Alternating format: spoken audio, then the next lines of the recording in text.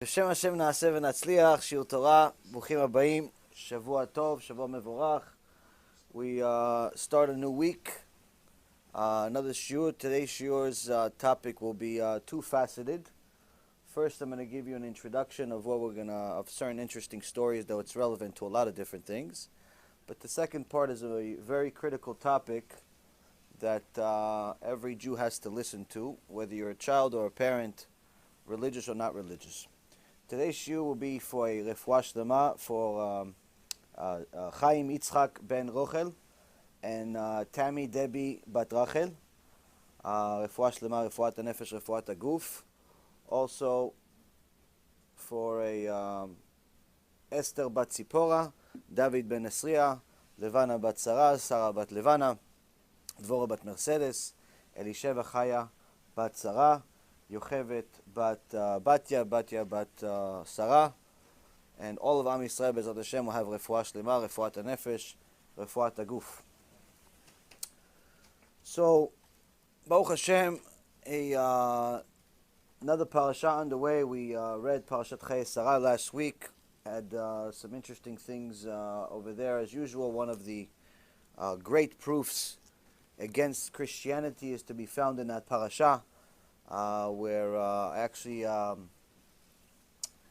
got a call a few weeks ago from a young guy who saw my movie. He wanted to talk to me, but he decided that he wants to talk to me and have a phone conversation at 1 o'clock in the morning. Now, anyone who knows, I don't usually go to sleep at that time, but I also don't have phone calls. I don't have phone calls at 1 o'clock in the morning, and I don't have phone calls at 1 o'clock in the afternoon. Unless it's urgent, unless, it's a pikuach nefesh situation. It's something critical, or we're setting up a lecture. It's something that has to be really important. Otherwise, you could just deal with it with text, because phone calls take a very long time.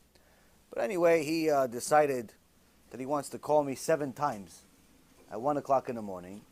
After the 7th time, I felt bad for the guy. Keep pressing reject. So I told him, I'm learning right now. Send me a text message and we'll talk another time. And he says, no. I'm closing on a $15 million deal. I'm going to give you ma'asel. So I need to talk right now. So I shut off the phone. Why? I don't care about your ma'asel or about really anything. If I'm trying to learn, for heaven's sake, give me a few minutes to learn. If you really want to give tomorrow. If you don't want to give, you want what? It's conditions. You want to buy me? I'm not for sale. I already sold myself to HaKadosh Baruch Hu before I came to this world. That's the funny thing. Sometimes people think you're for sale. I'm going to donate. Can I call you now? No. You have pikuach nefesh situation? No. Okay, then just send me a text. It's not an issue of gava or anything like that. Chas v'shalom. It's that there's too many calls and there's too many messages. So if I deal with you on a call that usually takes no less than 40 minutes, because I don't even know how to have a short conversation, because you have to go from the beginning of the conversation all the way to the end. I can't just say, okay, it's 5 minutes. Nothing is 5 minutes in life. So the whole conversation is at least 45 minutes. And what ends up happening is that during that 45 minutes, I could have answered 30, 40 questions of other people that have tzarot. And unfortunately, people don't care about other people. They care about themselves. So for all of those people that take offense to me not picking up the phone, don't be offended. It's nothing personal. It's simply, I have to do what I have to do in order to deal with more and more people. Now, one of the reasons that I mention this is because the same guy, he's a nice guy, just a little confused. I ended up talking to him a different day. I think it was yesterday or the day before. Friday. And he called me 17 times, and I eventually picked up. I told him, okay, what can I do for you? And, of course, Kadosh Baruch Hu, mamash, gives me midah v'kineged midah. Why'd you answer the phone? He said, you're not going to answer the phone. So I finally answered the phone. But I had time. I was on the way. But anyway, I answered the phone. I regretted the day I answered the phone. Why? He told me, okay, I want to tell you something. I said, what? He said, I saw Jesus. I said, did you? Where'd you see him? I'm expecting him to say, I saw him in a dream, I died and came back. He says, no, he kicked me down the stairs. Shtabach Shimo. I said, that's a new one. Your Jesus kicks you down the stairs? He says, yeah, he has an IQ test. He has an IQ of over 216. I said, not only does Jesus kick people down the stairs, he also has time to take an IQ test. Psh, what a Jesus you have there. This Rabotai, this Meshuga, unfortunately, there's many of them. Many of them. There's many Meshugaim in the world. But it's not even his fault. It's people are yearning for spirituality. They're yearning for a connection to HaKadosh Baruch Hu. And they don't know right, they don't know left. Sometimes they're Jewish. Sometimes they're not Jewish. But the point is, Rabotai, is that people are hungry, they're thirsty for Torah, they're thirsty for spirituality, but unfortunately, we are limited to how far we can reach simply by our efforts and what HaKadosh Baruch Hu decides for those efforts to yield. And each and every one of us, if each one of us had some more effort, we could reach more corners. But the problem is that we're not trying hard enough. So you have billions and billions of people in the world that simply don't even know the truth. Forget about they reviewed the truth and rejected it. They don't even know it. Now, this is not a problem that concerns most people. And how do I know? Because even when this problem of ignorance is in our own backyard, in our own Jewish communities, in every single Jewish community, there are hundreds and thousands of ignorant Jews that do not know what midat adin is, what judgment is from heaven. There are countless people that do not know that the Torah has reward and punishment. Countless people do not know that HaKadosh Baruch Hu loves but also hates. Countless. And many times they go to the internet, as the internet is the most popular teacher today, and unfortunately they go to different places and they get the wrong results. The results of the Yetzirah, the results of the Malach HaMavet, the results that unfortunately gets people to the wrong direction. Now, if that was the only problem, I honestly wouldn't even mention it. The reason why we're going to mention it is because the problem doesn't end with the internet. The problem also is in our schools, in our houses, in our synagogues, in our communities. There are countless people that simply do not know the truth. And the few among us that know the truth, the few among us that read Parashat Bechukotai and actually understood what it said, the few among us that actually read Parashat Kitavo and understood what Rashi said over there, that Hashem means business, and he's serious about the curses, and he's not joking around, it's not an analogy, it's not a parable, and it happened several times before, and it will happen again if we do not do tshuva. The few among us that know this, unfortunately, we're not working hard enough. How do I know? Because the situation, unfortunately, around the world is getting worse. Ishmael and Edom are celebrating with Jewish neshamot, and Yaakov is sleeping. Am Yisrael is sleeping. Now, before we go into the proofs of the problems that we have, we first have to understand that we're not here to chas v'shalom bring a kitrug on Am Yisrael or on Rashi Yeshivot and Talmidei Chachamim. That's not what we're trying to do. That doesn't mean that there isn't a problem. There's definitely a problem in Yeshivot, in Batei Knesset. We're not ignoring the problem. We're not denying that there's a problem. But we're not complaining as if they're at fault only. If you're a Jew, you're at fault.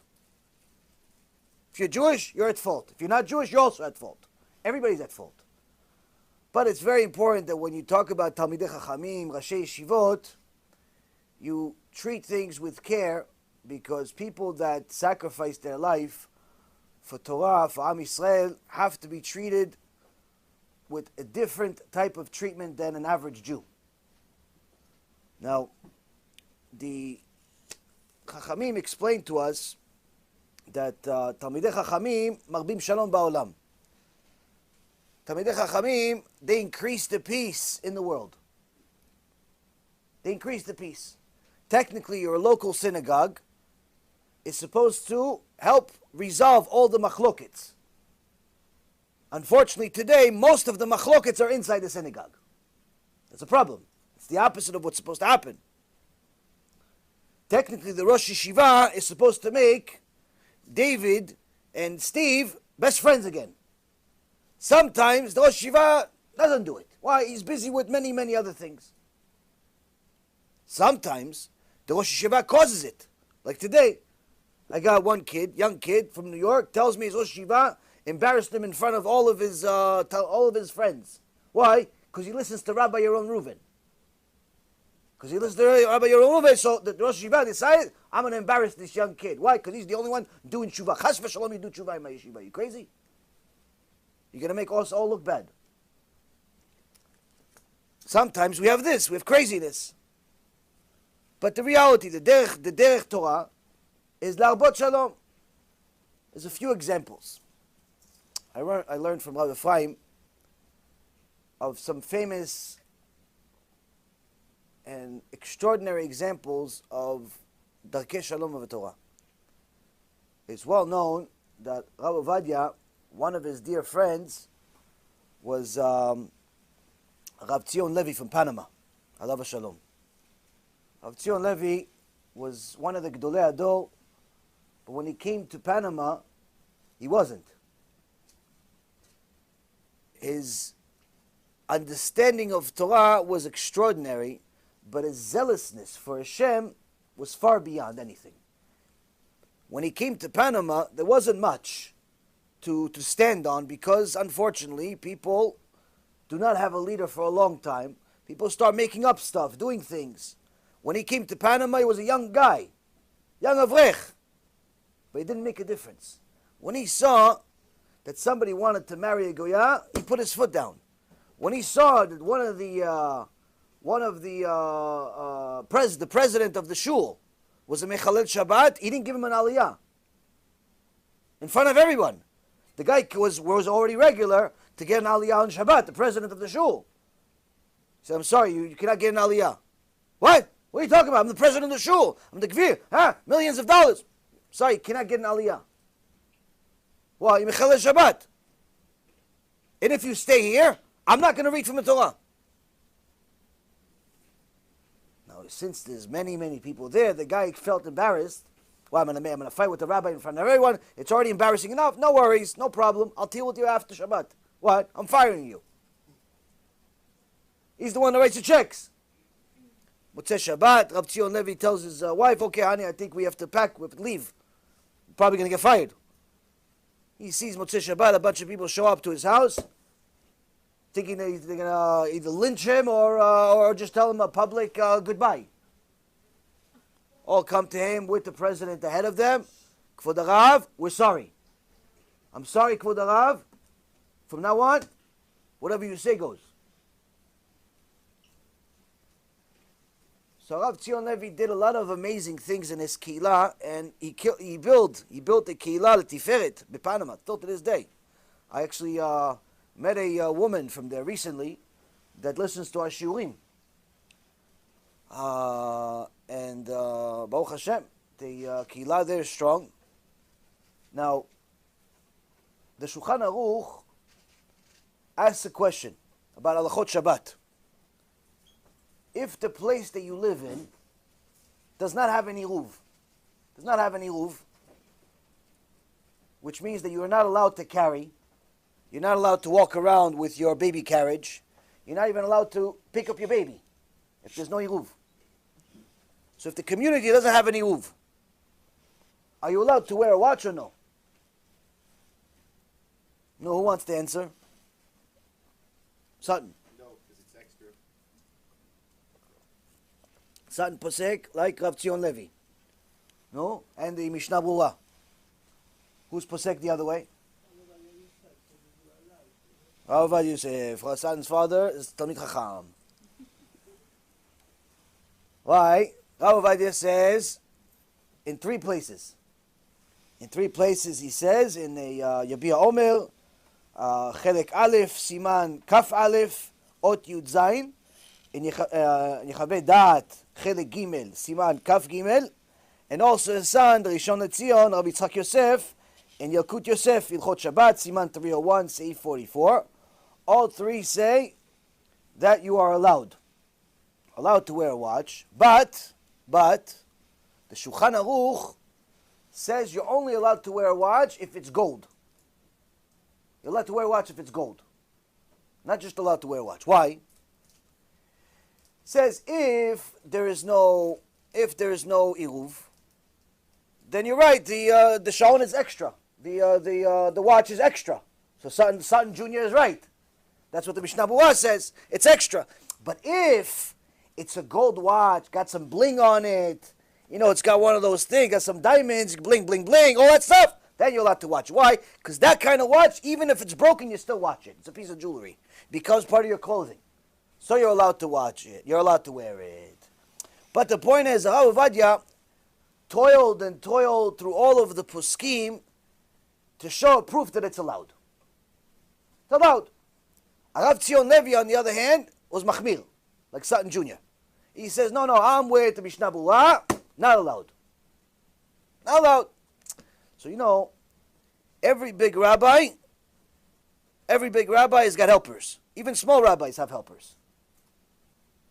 Sometimes, a little more often than sometimes, I'm just being kind over here, that little helper is a Gehazi. You guys know who Gehazi is? Gehazi was the helper, was the Gabai of Elisha Navi. And one time, this Goy king, was sick with the tzarat, and after going to all of the witchcraft and other types of traditional medicine in those days, there was no cure to his disease. As I told you, there's no cure to tzarat other than HaKadosh Baruch Hu, seeing that the person does tshuva. And this Goy didn't know anything. So he went from place to place, witchcraft, took a bath in tomatoes, took a bath in potatoes, took a bath in whatever you want. Nothing's working. One of the helpers says, why don't you go to the Yehud? Why don't you go to the Jew? They have a prophet. He's makes miracles. Prays to his God, stuff happens. He says, I'm going to go do everything. He goes, Your Highness, you went everywhere else anyway. Why don't you go? Okay, let's go. So he takes, a king travels. He doesn't travel like with a limo. He travels with the whole thing. He even brings the paparazzi with him. The king's coming, the helpers are coming, the cousins are coming, the aunts are coming, everybody's coming. He comes, eventually he gets to the place where Elisha Navi is. So he thinks that he's going to get a big welcome, Baruch haba, Your Highness, Babkis, he gets nothing. Where's the house of Elisha Navi? He says, it's over there. Okay, he goes over there. Gehazi says, how can I help you? Yeah, I'm here to see Elisha Navi. So, okay, 1 second.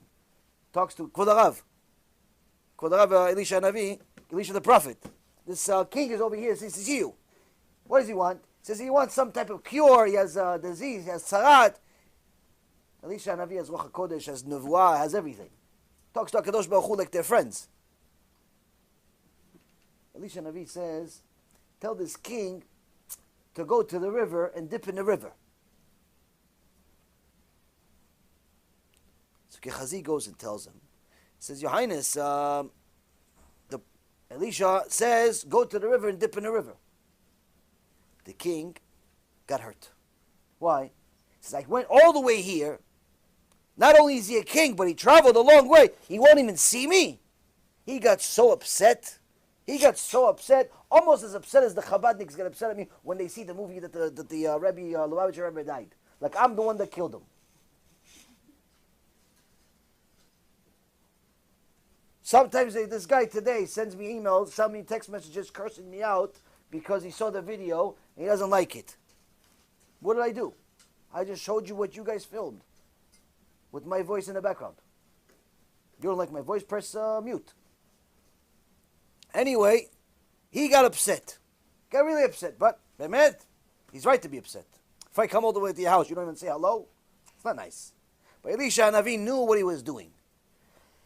He knew that this king's problem is gava. It's pride. And he has to break it. So the king says, what, am I going to go to this river? I have many rivers where I am. Well, I need to go to this river and take a bath. I'm going to go. But one of his helpers says, but Your Highness, we already went all over here. Why don't we listen to this Jewish prophet anyway? And just do it. What do you have to lose? So he said, okay, fine. And he goes into the river. And the Tanakh, this story is in the Tanakh, by the way. He takes off his clothes, and for the first time, all of his soldiers, all of his people see him naked, and they all cringe, because tzarat, all over his body, it makes his whole body look like little icicles or something. Horrendous. And it looks so painful, you're in pain just by looking at it. And he dips into the water, and he comes out of the water like a baby. Baby skin. Like there was never even a scratch on his skin. This was in front of people. He's he can't believe this happened. Everybody's watching it. They can't believe this happened. He runs to Elisha Navi. He knows what happened over here now. He knows the whole story. He understood because Elisha Navi broke his arrogance because he had to be embarrassed in front of his people. He didn't want to see him. The whole thing happened. Baruch haba, welcome aboard. Hey, Shtabach Shemo. I should stand to see you again. So he sees him and he gets so happy. He comes back to Elisha Navi and he says, I want to be Jewish. I want to be Jewish. If your God is so powerful, that's what he does, I want to be a Jew. How much money do you have to pay you? He thought he's living in 2019, you have to pay. Free. He says, you don't have to pay nothing. No, I have billions of dollars. I brought it with me. Suitcase of money for you. He goes, nothing. I don't want nothing. Zero. Not even a free tea over here. Nothing. He was even so more impressed. This is mamash unbelievable. So far, so good, right? So he goes, he starts walking away, he's impressed, he's on cloud 9, he's ready to convert his entire country. But what I tell you, every big rabbi, every small rabbi, they have a helper. And the helper is who? Gehazi. Who are we talking about? The Gehazi in this story. What's so bad about this Gehazi? So far, so good. He did a good job, even told him where the river was. Gehazi follows the king. Why? He sees there's an opportunity here. It's an opportunity to make some flus, some money. Some money, why? He just healed the guy. What, for free? You go get antibiotics, it's not for free. He goes to the king, he says, listen, your highness, my Rav, he's a humble person. He's not going to tell you yes for millions of dollars, but as you know, the Rav needs a few suits. He sees people, Kabbalat Ka'al. It's not nice he wears the same suit all the time. A few dollars here and there, to run the operation. We do Kiruv, we have CDs, we have movies, BH films, everything costs a few dollars. The king says, you're right. Whatever you want, here you go. He gives him some money. But the Torah says at that moment, the king was no longer as impressed by Elisha Navi. Why? It had something to do with money. He says, okay, you know what? I'm not going to convert. I'll be a Noahide. I'll be a righteous Gentile. There's no problem with that. When he came back, when Gehazi came back, and Elisha Navi saw and uncovered the fact that he took money from the king, Elisha Navi told him all of the sicknesses and the curses that was on that king will be on you and all of your descendants le'olmei olamot, forever and ever. And the Gemara Masechet Sanhedrin says, Gehazi en lo chelek le'olam haba. He's in Gehenom now and forever.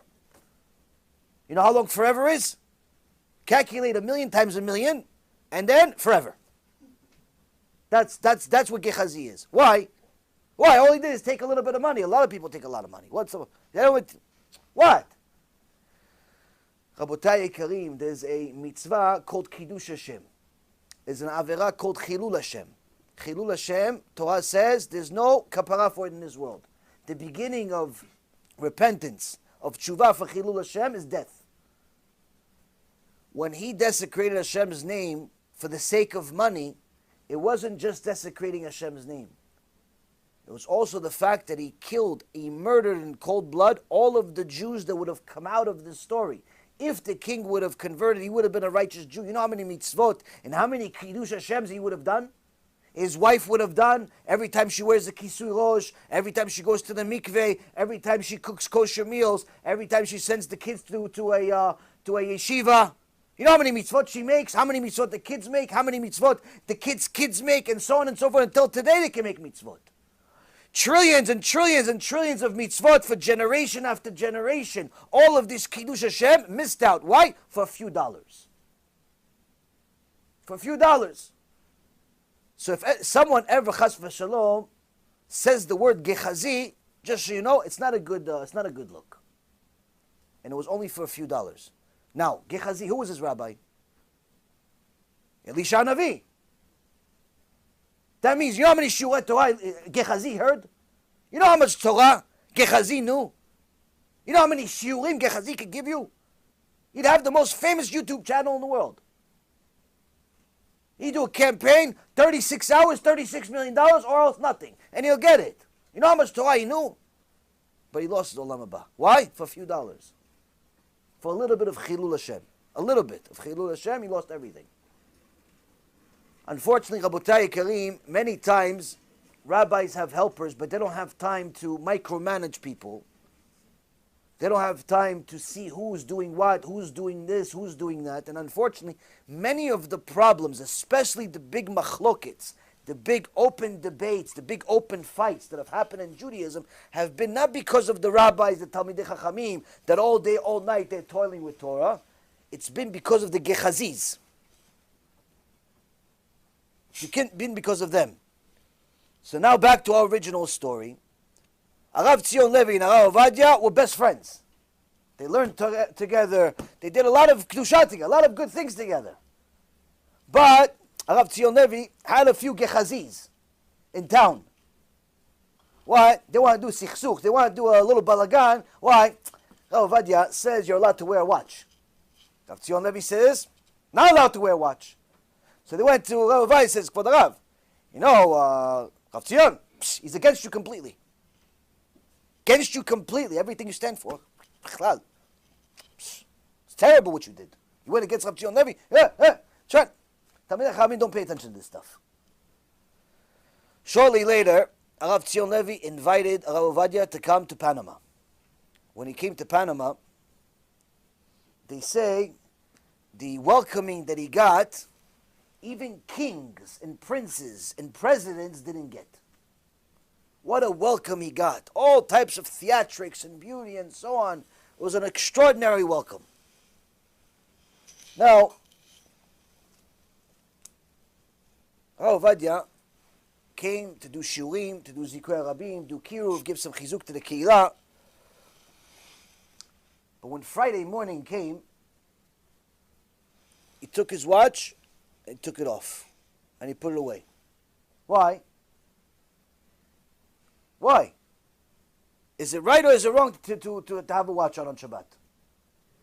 According to the Rav Ovadia, he says in 3 different places, allowed. So why is he taking off the watch? Because the Mara De'atra here, the Gdol Ador here, is Rav Tzion Levi. What's his psak? His psak's not allowed. His psak's not allowed. I'm in his town. Taking it off. When Rav Tzion Levi saw this, he immediately ran to the store, to the jewelry shop. He saw this happen in the morning. He ran to the jewelry shop, bought him a gold watch, put him on, hey, now you're allowed to wear a watch. Why? Because the Shulchan Aruch says you're allowed to wear a gold watch on Shabbat, if it's a gold watch. Why? Because when 2 Chachamim get together, there's no machloket, there's no fighting, there's no animosity. Yeah, but you disagree. Okay, so we disagree. Does that make us enemies? Does that make us hate each other? He has his emet, I have my emet, no problem. He believes the Lubavitcher Rebbe is Mashiach. I don't believe he's the Mashiach. No problem. Does that mean I have to hate him? No. She wears a wig and I say no wig. Does that mean that I have to hate her? No. As I said in a shiur recently, anyone that didn't pay attention, there was a few women in the crowd that had wigs on. Everyone knows I speak against wigs because of the Avodah Zarah and so on. But does that mean that many of my students don't wear wigs? Absolutely not. Many of them wear wigs. What, every time I see a woman wear a wig, I start screaming and yelling, start throwing rocks, no. I'm just going to tell you what's allowed, what's the problem, what's not the problem. You do whatever you want. I'm not judge, not jury. The reality is, Rabotai, just because you have a difference of opinion with somebody does not mean you have to hate them. I had a Talmid of mine, Tzaddik. He says to me, this rabbi, such and such, he made a mistake in his video. I don't know if you should say he's a good rabbi anymore. I said, just because I disagree with him doesn't mean that we're enemies. He has his emet. He's wrong, in my opinion. And apparently, in his opinion, I'm wrong. Doesn't mean we're enemies. As long as it's not kfirah, as long as it's not minut, as long as it's not heresy, where this guy is saying, go pray to Yoshke, or they're saying, go pray to the rabbi, or they're saying that you have to believe in the Lubavitcher Rebbe, or Rabbi Nachman, or Rabbi whatever you want.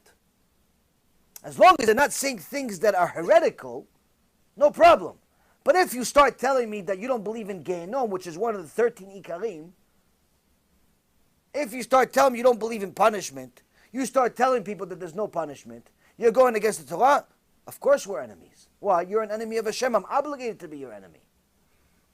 Even if I like you as a person, even if I think that you're pretty funny, and your jokes once in a while are cute, I'm obligated to be your enemy. Why? You're Hashem's enemy.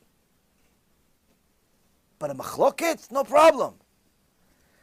The Gechazis in the world, they always try to make a bigger deal of things that are not a big deal. So always remember, just because there are two ways to do something doesn't mean that one has to be wrong. Two, just because you disagree with somebody doesn't mean you have to be an enemy. Doesn't mean you have to be an enemy. The question is, are you both searching for the emet? Are you both being objective about your search for the emet? Or you're so biased that even if he shows you proofs, such as the one that I showed somebody recently, which is that the Lubavitcher Rebbe himself wrote, as soon as someone dies, he cannot be Mashiach. Most Chabadnikim don't know this.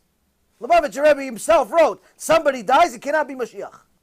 He wrote it himself in his own Sichot. Arav Gil's student wrote it in his book. He writes, as soon as somebody dies, he cannot be Mashiach. Why? What is the subject about? He says, they ask him, can David HaMelech be a Mashiach? He says, no. Why not? Because David HaMelech died.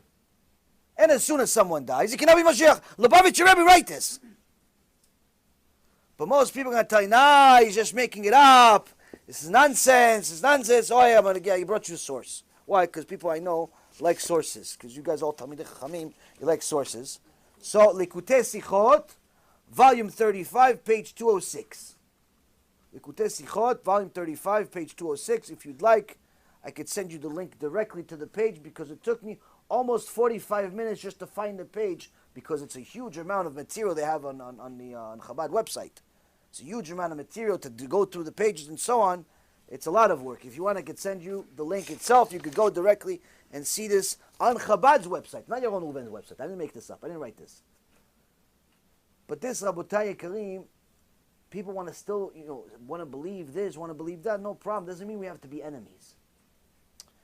Talmidei Chachamim marbim shalom. You're a Talmid Chacham, you have to go for peace. Okay, we disagree on a point, no problem. No problem. We can disagree on something. Don't start calling me names. Start make fun of my family, my wife, my this. For what?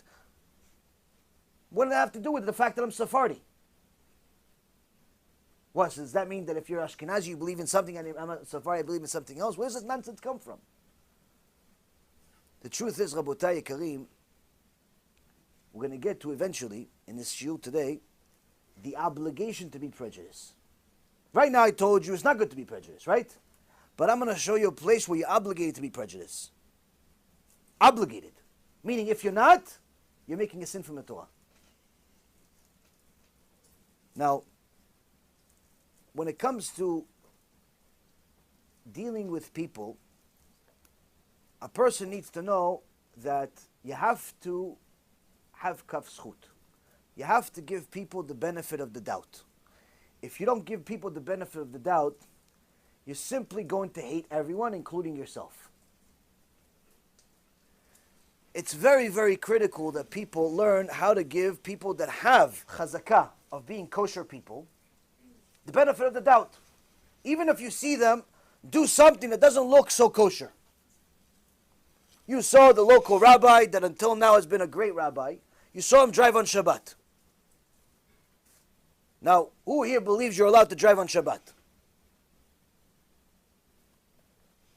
Who here believes you're allowed to play with your phone on Shabbat? Who here believes that you're allowed to smoke your smoky thing on Shabbat? Whatever they're called. Vaping. Nobody, right? Okay, unfortunately, many people do this. Apparently, they're not as Talmidei Chachamim like you guys. You guys have to start teaching. I get your YouTube channel and everything for free. Now, Rabotai Yekarim, many people do not know this. But, of course, the rabbi knows you're not allowed to drive on Shabbat. So if you see the rabbi drive on Shabbat, you are obligated to give him the benefit of the doubt. And what? Use that imagination HaKadosh Baruch Hu gave you for free and say, why is the rabbi driving on Shabbat? You look in the car, you don't see anything. So now you have to be creative. Why? Because if you saw somebody in the car, immediately you would say, he's taking somebody to the hospital.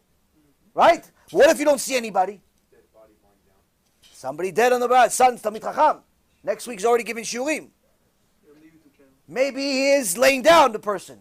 Maybe, something's happening here. Doesn't mean if you don't see it, it's not happening. The point is, Rabotai, if somebody has chazakah of being a kosher person, you have to give them the benefit of the doubt. On the other hand, if someone has chazakah of being a rasha, you are not allowed to give him. Not allowed. Not that it shouldn't. You're not allowed to give him benefit of kaf zchut. Meaning, if Hitler, Yimach Shemo v'Zichro, comes and starts giving sandwiches in the Jewish community, you are obligated to say there's poison in those sandwiches. Why? There's no way that Hitler did what he did and now he's becoming a kind person giving sandwiches for free. No way. Not allowed to give him kaf zchut. If someone's a missionary, he went and took people and brought them to Yoshke, brought them to Avodah Zarah. He comes to you, he says, listen, Rabbi, I want to do tshuva. Rambam says not allowed to help him. Yeah, but he wants to do tshuva. Go do tshuva with your friends in the church. Go do tshuva with yourself. I'm not going to help you. He can do tshuva, but you're not allowed to help him. If he does tshuva, no problem. But we're not allowed to help him. Why? He's not a kosher person. Until now, he's been destroying neshemot. But there are times, Rabotai, that if you don't use kaf zchut, you're simply going to live a miserable life. Such as this following story. In the book, Italech, by Arav Yaron Margaliot, he writes a very extraordinary story that he experienced himself. He says that in one of the times that he gave a shiur, came to a certain place, gave a shiur about kibud avayim, honoring the parents. Honoring the parents, Rabotai Karim, is one of the most important mitzvot that we fail at on a regular basis because we don't even know how to honor our parents sometimes. Do you know that the Shulchan Aruch, Yalkut Yosef, say that when your father comes into the room, you're obligated to stand up? Did you guys know that? Are you standing up every time your Abba walks in the room? Probably not, right?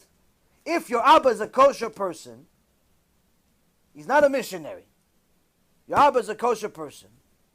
Gave you life, gave you parnasah, gave you this, gave you that. He walks into the room. You don't stand up. It's like eating pork. Why? The Torah says you have to stand up. Why? Kavod. Kibud avayim. Now what about if your father says, no, son, you don't need to stand up. You don't need to stand up. It's okay. You know what the halacha is? You have to stand up anyway. That's how important it is. So kibud avayim, Rabotai Karim, it's important to learn a little bit about it so you know how to treat your parents, because how you treat your parents is how your kids are going to treat you. You treat your parents like they're working for you. Guess what? You're going to have a bunch of gremlins running around your house one day telling you, Abba, I want this. Abba, I want this. Abba, I want this. Abba, where's this? Where's that? Where's that? They're going to yell at you like you're yelling at your parents. Now, Arav Margaliot says that one time he gave a shiur about kibud avayim, and after the shiur, he came downstairs and he saw two charidim, two religious people, a couple, husband and a wife, older, in their 60s, waiting for him by the car. He says, how can I help you? He sees the guy doesn't look so good, and he says, yeah, for the Rav, I listened to your shiur, and I didn't want to talk next to people, but I was hoping you could help me. Yeah, sure. He says, you gave a whole shiur about kibud avayim, honoring parents, and that you have to find a way to constantly give your parents kaf zchut, the benefit of the doubt, even though your mom didn't buy it for you. It's not necessarily because she doesn't like you. Maybe she didn't have the money. Even though your dad didn't pick you up, it's not because he forgot about it. Maybe he ran into traffic. You have to give your parents kaf zchut. You have to. Sometimes you even have to give kaf zchut to your kids. He doesn't mean to destroy the things. It happened by accident, on purpose. Accidentally, on purpose, he broke your stuff. Accidentally. You have to give kaf zchut that on purpose he broke it, but it's accident because you caught him. So what happens is, you said you have to give kaf zchut to the parents. So I need you to help me. You chacham, chachamim, marbim shalom ba'olam. I need you to help me. How do I give kaf zchut to my father who died 2 months ago? Rav Magaliot says, wait a minute, hold on a second. Your father died two months ago and you want to give him kaf zchut? He goes, oh, let me tell you the story. He says, the rapper. Kaf zchut, but I have to tell him. Kaf zchut he didn't know, so I have to tell him. So now, the guy tells Rav Magaliot, he says, listen, my father died 2 months ago, and he was a very, very wealthy person. And he was very, very organized. And he made sure to write a will in handwriting. 8 times. Handwriting. So no one says, oh, maybe yours is this, there's that. You know, sometimes what happens, there's peace in the house until the parents die. Why? That's when the inheritance comes. Inheritance comes, money comes, all of a sudden everybody hates each other. All of a sudden there's all types of things. Shem Yachem, what I've seen in my life with inheritance. Brothers, sisters grow up best friends. All of a sudden the parents die, money comes into the picture. All of a sudden I hate you. I hope you use the money for medicine. I hope you this, I hope you that. Hashem Yirachem. After all, you're his brother, you're his sister. Why do you wish him these things? So what for a few dollars?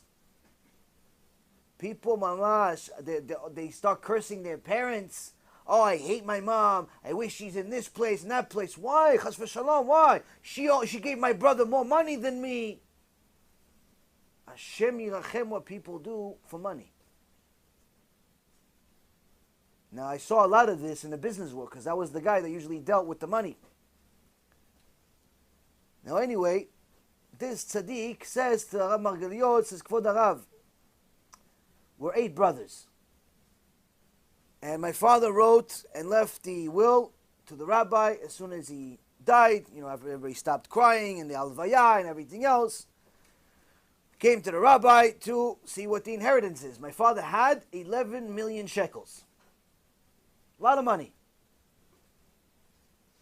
And everyone's reading, the rabbi's reading the will, we're all reading together. And it's as if I wasn't his son. Why? All 7 of my brothers, they all got money. Me? He doesn't even mention me. Nothing, I get 0. Now you tell me, Kvod Harav, how can I give my father kaf zchut for this? You know what happened to me after? After that, people start saying, oh, you know, my sister said, you know what, maybe he forgot. So let's just, Abba loved you, don't take offense. Abba loved you, let's just split it equally, guys. Let's just split it equally. Let's just split it equally. I said, no. If Abba forgot me or Abba didn't want me in the will, he didn't have me, no, I'm going to do the Ratzon of Abba. I'm going to do the will of Abba. Abba says, no, I'm not getting nothing. But Be'emet, inside, I was eating my heart out. Be'emet, inside, I've been angry, I've been depressed. I almost did not want to go to the 30th day. I lost over 10 pounds. 10 pounds in the last 2 months since he died. People are talking in the neighborhood, all these gechazis, all these reshaim in the neighborhood that heard the story are saying, maybe it really wasn't his son. Maybe it's some mamzer. Maybe it's this. Maybe it's that. I went to, after the 30th day, everybody left. I stayed at the grave. I started crying to Hashem. I started crying to my father. I started saying, Abba, why did you do this to me? Why did you ruin my life? Why did you ruin my life? Everybody's making fun of me. So I need you to help me, Kvod Harav. I haven't left my house in 2 months. I need you to help me and tell me, how can I give my father kafschut? Sarah Magaliot says it's the middle of the night, and he's never heard such a story before. What am I going to tell the guy? He says, you work? He says, no. Actually, I'm the only avrech in the entire family. Everybody else works. Everybody else makes money. I live off Torah, 1,500 shekels a month. Meaning everybody else has money from their job, from their businesses. He's the only one that learns Torah, which means he should get more.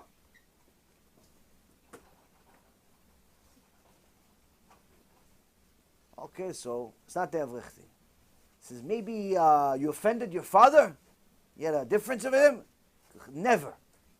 Maybe you embarrassed him one time. He told you, a long time ago when you were a kid, you caused me a lot of tsar, a lot of problems. Never. I was the firstborn, and he loved me a lot.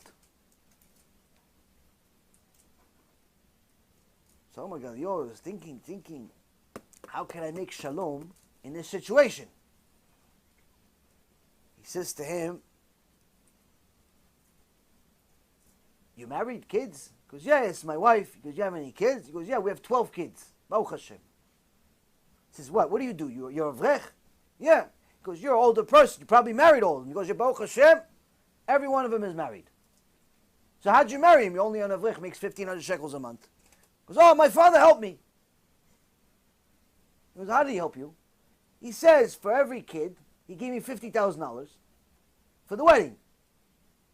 And then on top of it, for every kid, he gave the kid $10,000.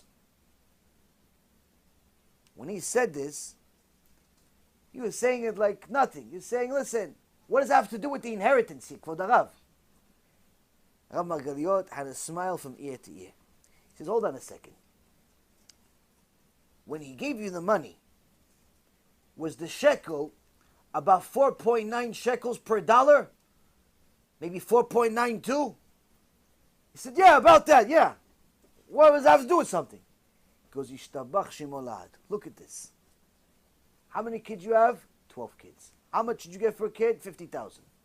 50,000 times 12, so how much? 600,000.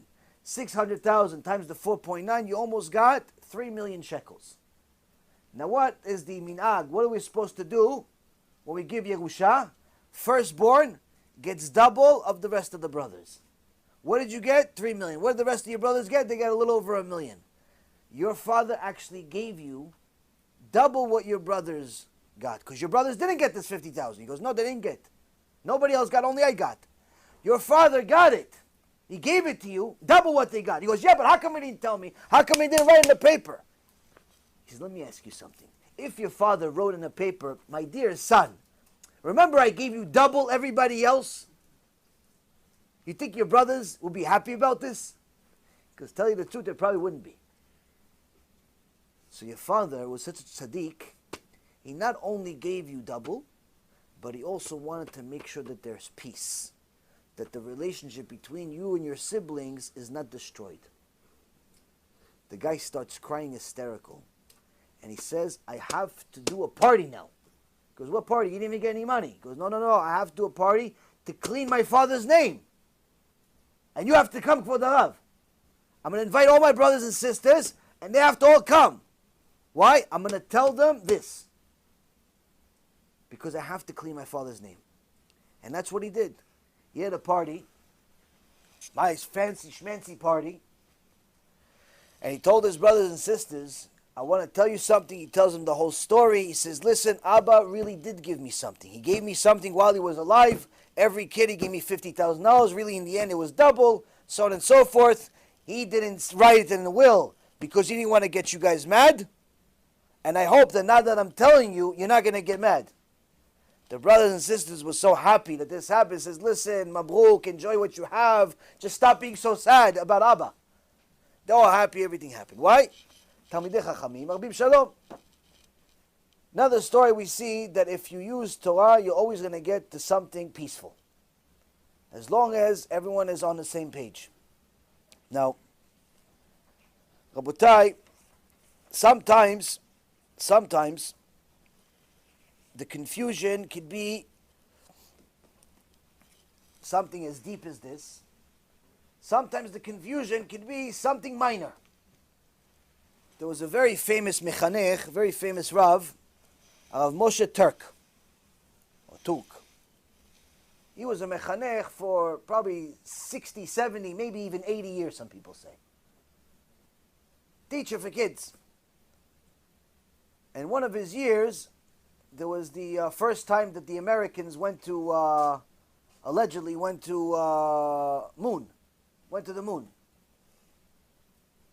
Conspiracy aside, with the waving flag and the lack of gravity and so on, it was a very big event in those days.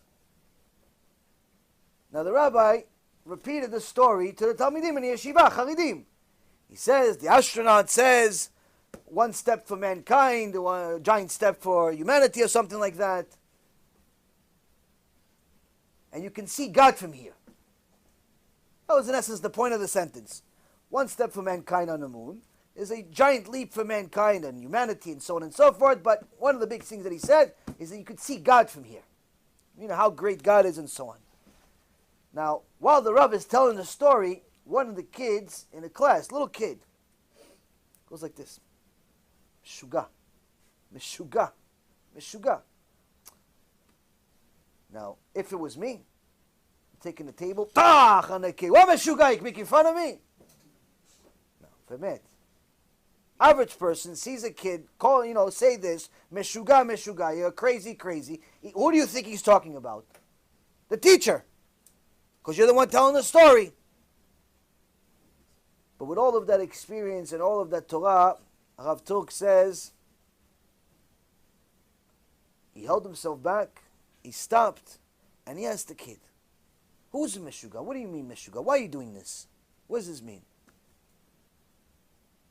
And the little kid says, Kvod Rav, I don't know, you're telling us the story about this astronaut. And he says he had to go all the way to the moon to see God. This guy's a Meshuga. Why does he have to go all the way to the moon to see God? You can see God over here. The Rav says, what if I didn't contain myself? And I immediately would have punished the kid, sent him to the principal, called his parents, threw him out of the house, threw him out of the yeshiva, threw him out of everything. Where would this kid be today? Where would this kid be today? That's the kaf zchut of the teacher to the student. That's the kaf zchut of the son to the parent. But what about if you see somebody mamash acting like a meshuga? Is there a way for you to give him kaf zchut? Real story happened 2 months ago. Rabbi Chaim is invited somewhere. Haredi family. Haredi like Israel Haredi, not like America Haredi. Here, the difference is in America, sometimes Haredi still has television. Someone told me today, yeah, I keep Torah mitzvot. I only watch TV on Shabbat. I'm religious. I only watch TV on Shabbat. That's it. No, we're all religious. We'll just use the phone a little bit on Facebook for Shabbat. That's it. What? You have to distinguish. There's a difference sometimes. Sometimes Haredi means Haredi. Sometimes it means not. Not all chas v'shalom in America, but unfortunately many people don't know what Haredi is. One time I was walking, there was some type of event in one of these shuls. I think it was some type of celebration, or maybe they brought a Sefer Torah or something like that.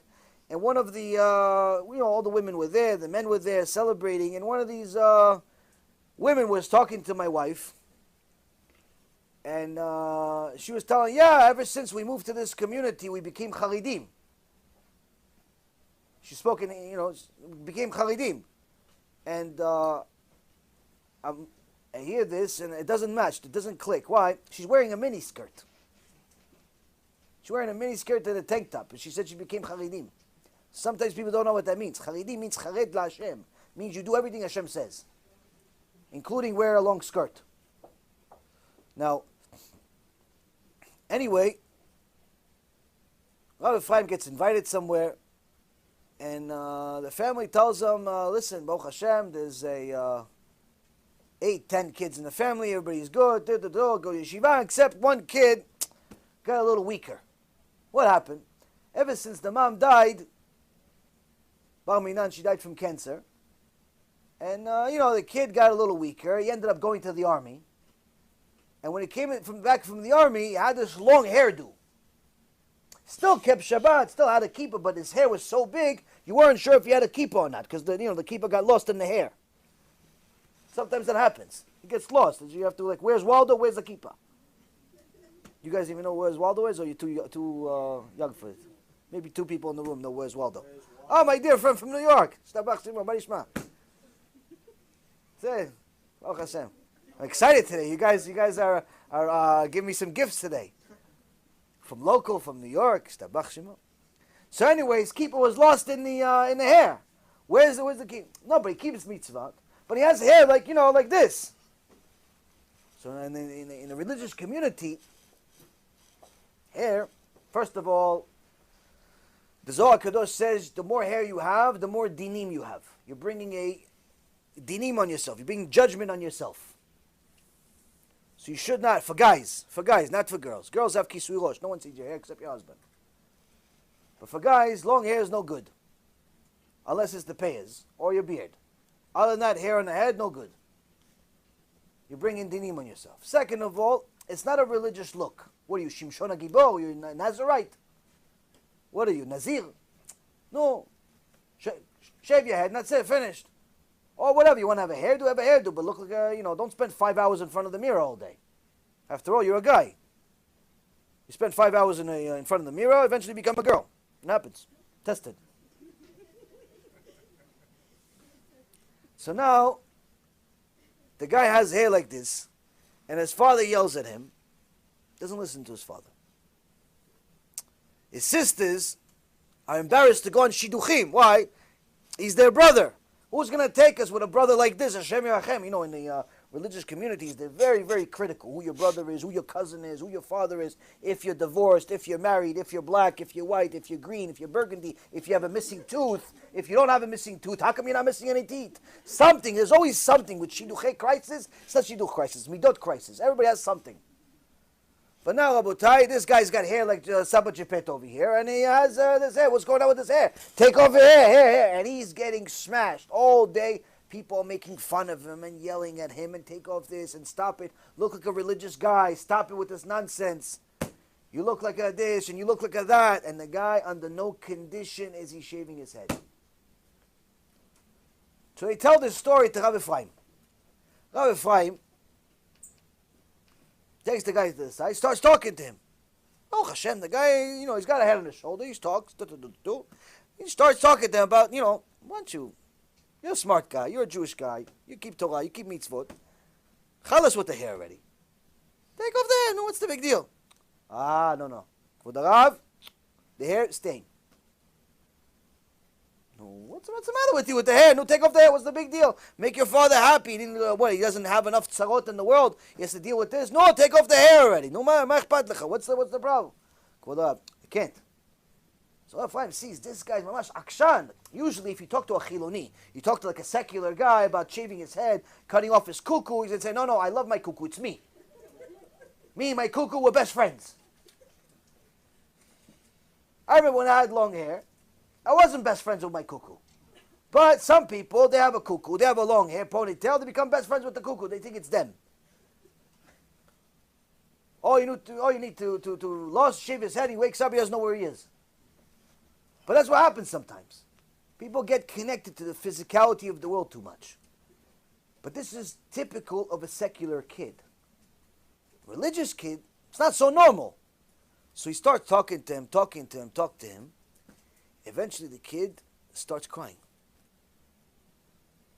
He says, Kvod Harav, you wouldn't believe how much suffering I'm dealing with over the last couple of years with this hair. How much abuse I got because of it. How many times they yelled at me because of it. How much they're making fun of me because of it. And I'm not taking it off. No matter what, I'm not taking it off. But I'm going to tell you why. Nobody knows. I'm going to tell you why. And he says this. He says, when I went to the army, there's people there, you befriend different people. Baruch Hashem kept himself, preserved themselves like a religious boy does. But there was one of the girls over there, he didn't know her, like you weren't friends, but one of the girls from there, one day she disappeared. He asked about her. What happened to this person? What happened to this soldier? Unfortunately, in Israel, there's women soldiers, which is not allowed. Chazon Ish says, Arik val yavo. It's better to die and not be a woman soldier. But anyway, says, she's sick. She hasn't been there in a few months. She's sick. So, as a Jew does, what does a Jew do when he finds out somebody's sick? Well, it says, Refuah Shlema. No, Goyim do that. Jews go visit. What, are you going to send a postcard? No, Jews go visit. Rabbi Akiva says if you don't visit a sick person, it's almost like you spilled his blood. Someone's connected to you is sick, go visit him. How busy are you? If there's somebody else to visit him, and you know for sure and so on, it's a different story. You're learning Torah, you're Talmid Chacham, and you have other people to go visit him, no problem. But if you have nothing to do, you're 15, 16 years old, and half the day you're playing video games, go visit some sick people. Refuah Shlema. Oh, I'll send him a text message. One woman calls me, she says I was in the hospital for 2 months. My grandkids wouldn't come to visit me. My grandkids wouldn't come to visit me. I said, what about their mother? She said, no, she didn't come either. I said, that's why. If the mom doesn't come, why is her son going to come? But they send me a text message. She tells me I was better off not getting the text message. I hurt more after I get the text message. Because I called them and I said, honey, I'm in the hospital. He goes, yeah, Grandma, I know. Are you going to come visit me? He goes, no, Grandma, I'm really busy. I have this game I got to beat and I got a few tests for school. Refuah Shlema. So this tzaddik soldier in the IDF says that one of the soldiers, a female, is missing, sick. He goes to visit her, and he sees she got the machala. She got cancer. And she sees that she's crying, and she's miserable, and she's in pain, but she's also sad too. Why? She lost her hair. And he saw her, and he couldn't take it. And he says to her, I'm going to grow my hair really, really long just for you. And I'm going to, after it's really long, I'm going to shave it. I'm going to give it to you. So it's not coming from India. It's not coming from Avodah Zarah. It's like, I'm going to give you my hair. Now the woman says to him, he goes, why? I don't know you. Like, why are you doing this for me? He says, truth is, my mom had the same exact disease as you. Same exact area, same exact everything, and I just can't take it. After she died, I went into a major depression. I eventually got out of it. Now I'm seeing you. I can't. I'm going to have to do something. So I can't see you sad. I'm going to donate my hair. And he tells Rabbi Ephraim, when I saw her face, how happy she was, I said, under no condition am I shaving this head. I'm going to grow it really long. I'm going to give it to her. Now, whether that's the right thing to do or not, halachically, that's not what you tell the guy at that point. The point is you see the guy has a golden heart. And he means well. It's not the right thing to do. You're not supposed to do that. But the point being, you see that if you gave the guy kaf zchut, you gave him the benefit of the doubt, that there's a reason behind his madness. There's a reason behind his madness. There's a reason behind everybody's madness sometimes. Now, I'm trying to find the reason behind the madness of the school system today. Everything I said to you now is the kaf zchut. Learned kaf zchut, you could apply this to all parts of your life. You could apply this to your job. The next time they don't give you a raise. You could apply this to your teachers. The next time they don't pick you. You could apply this to your parents. The next time they say no to something that you expected a yes. You could apply this to your wife. The next time she's angry and you have no idea why. Maybe she's angry because somebody really did something wrong to her. Maybe it doesn't have anything to do with you. Yeah, but how come she's always angry when I'm around? Because she has other people around sometimes, not just you. How come he's angry all the time when I'm next to him? Because you happen to be next to him at really bad times.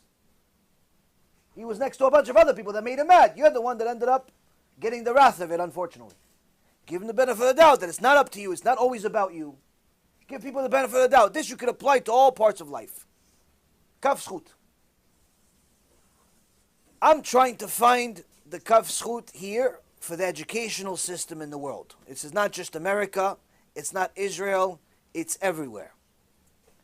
Because the stories that I'm hearing from yeshivot, from Jewish schools, the things that are being publicized today, Rabotai, are simply getting worse and worse by the day, with no signs of life, no signs of improvement whatsoever. A group of kids from New York send me questions for a period of 6 months.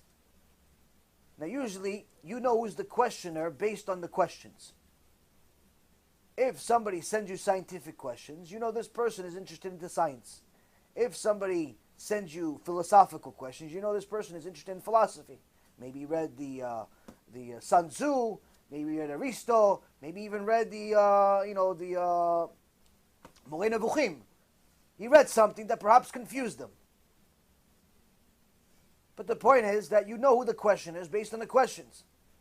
The problem is sometimes the questions don't match the questioner. Because a group of yeshiva kids send me questions that don't belong to them. Why? They belong to someone that's an atheist. Atheists ask these questions. Now if it's one question, 2 questions, no problem. But I'm talking about 6 months straight. Every day, 3, 4, 5, 6, sometimes 10 questions. Eventually, I don't know, Siyata Dishmaya, apparently I answered all the questions, but I never had this idea. I could have saved myself 6 months of my life. But after 6 months, I said, where do you guys get these questions from? I thought you go to yeshiva. He goes, yeah, of course we go to yeshiva. I said, where did you get these questions from? Because these are not our questions. I said, whose questions are these? Because this is our teacher. I said, you said you went to yeshiva. He goes, yeah, but the teacher's atheist. I said, you have a teacher that's an atheist in a yeshiva? He goes, yeah, he teaches us science and history. Doesn't teach us Torah, he teaches us science and history. I said, apparently he's teaching you science, history, and atheism. He is a religious teacher, just teaching you a different religion. I called the principal, I tell him, Kvod Harav, how do you allow yourself to violate the Torah and allow a min and an apikos to teach your students? Halacha is, if someone's a min, is an apikos, is an atheist, is it someone that's a missionary, you're not allowed to learn from him. You're not allowed to learn from such a person. How do you allow yourself to hire such a person to teach these innocent neshamot to learn from them? Because no, but he promised he's not going to teach them that stuff. I says, well, apparently he has been, because I've been suffering the wrath of this guy's ignorance for 6 months. Your kids are on the board of going atheist every single day for 6 months straight because of you. Okay, I'll take care of it. He still gave him 2 weeks before he fired him. How do we allow atheists to teach in our schools? That's question number 1. I went to a school, also in the East Coast, but not in New York. I see that some of I talk to the kids, I do a shiur over there, but I see that a couple of the teachers, female teachers, are walking around, Hashem Yachem Bar Minan, what they are. You think they're walking on a beach or into a shower, same thing. I said, well, who are these people? No, they're teachers for English and science and history. I said, these are teachers? Because yeah, they're chilonim, who cares, you know? So how do you allow people to look like this to teach a Jewish school? How do you allow someone that does not have the same beliefs as you, in fact, contradicts your beliefs and what you're teaching the kids, these young neshamot, the innocent girls, the innocent boys, they're walking around, you're telling the girls to walk around with a long skirt to cover their knees minimum 6 inches below the knee, but the principal of the school is walking around with 6 inches above the knee. Sometimes more. How do you allow such a thing? Well, we never thought about it that way. Is it surprised that every single one of the girls that graduates to school is off the derech? Is it surprised that half the kids, half the boys that are in this mixed school, which is not even allowed anyway, by the way, is it a surprise that these boys, half of them are boyfriend-girlfriend with these schools? I went to another school. I gave a shiur. The kids loved it. I get out of the class. I see the kids kissing. The boys and girls kissing. And the other two are on top of each other, like, like sitting on top of each. She's sitting on his lap. Inside the Jewish school. I wanted to vomit. I said, what did I come here for? How does the person that calls himself a rabbi or rabbanit allow such behavior to happen in the schools? Question number 3. These are not even the worst questions yet.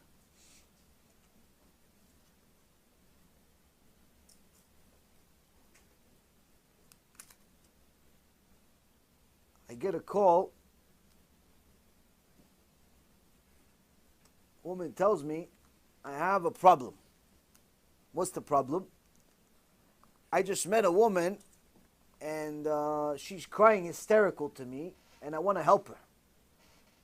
So how you want to help her? What's the problem? What does that have to do with me? Says her daughter is 30 years old and she teaches in a Jewish school. Jewish school.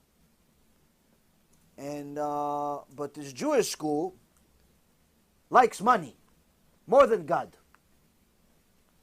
So it allows Muslims to also attend the Jewish school.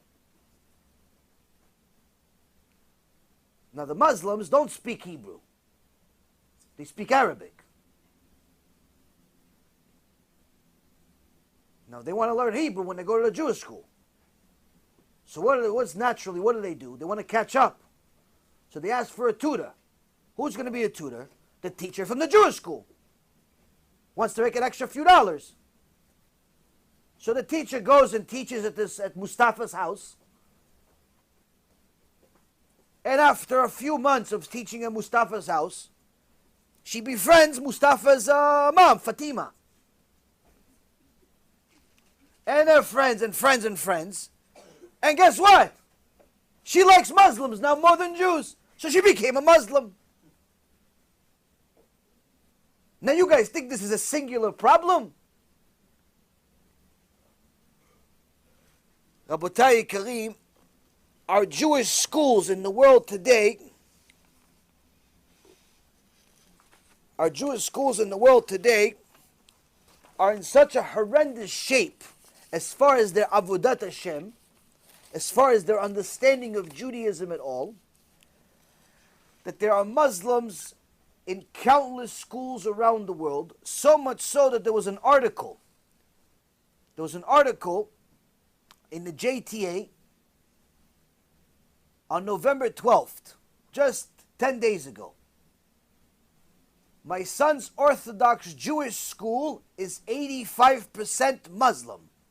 That's the title of the article. Again, so you don't think that you heard it wrong. You can type this up on Google. My son's Orthodox Jewish school, not Reform, not conservative. My son's Orthodox Jewish school is 85% Muslim. Mustafa and Ahmed is the common name in the yeshiva. Much more common than David, than Yaakov. If there's a Moses in there, it's not Moshe, it's Musa. Why did she write the article?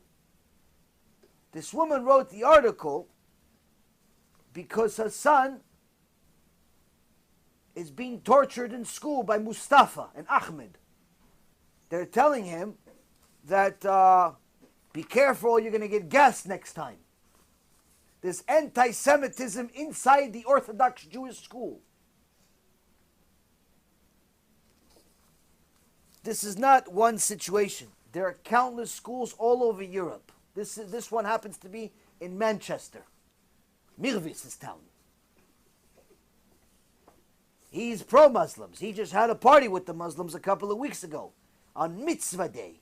Mirvis had Mitzvah Day. He went to Mustafa's house. He went to the mosque. He celebrated Mitzvah Day in the mosque. Bemet, the head rabbi of the UK went to the mosque to celebrate Mitzvah Day. I showed you guys the article a week ago. It's no wonder that 85% of his Jewish school is full of Mustafa and Ahmeds. Not Mustafa and Ahmeds that want to be Avraham Avinu. Mustafa and Ahmeds that want to be Mustafa and Ahmeds, and sometimes Mustafa with a rock. They're anti-Semitic. This, Rabotai, is happening everywhere. I call a school here in Florida, about an hour away from here, asking about a certain student. I know the student is not Jewish. I want to ask the Jewish school principal how they allowed this student to attend the school. I like the student. The student's a nice kid, but she's not Jewish. So I want to ask, how do you allow a non-Jewish kid, teenager, to attend your school? Especially when it has boys and girls.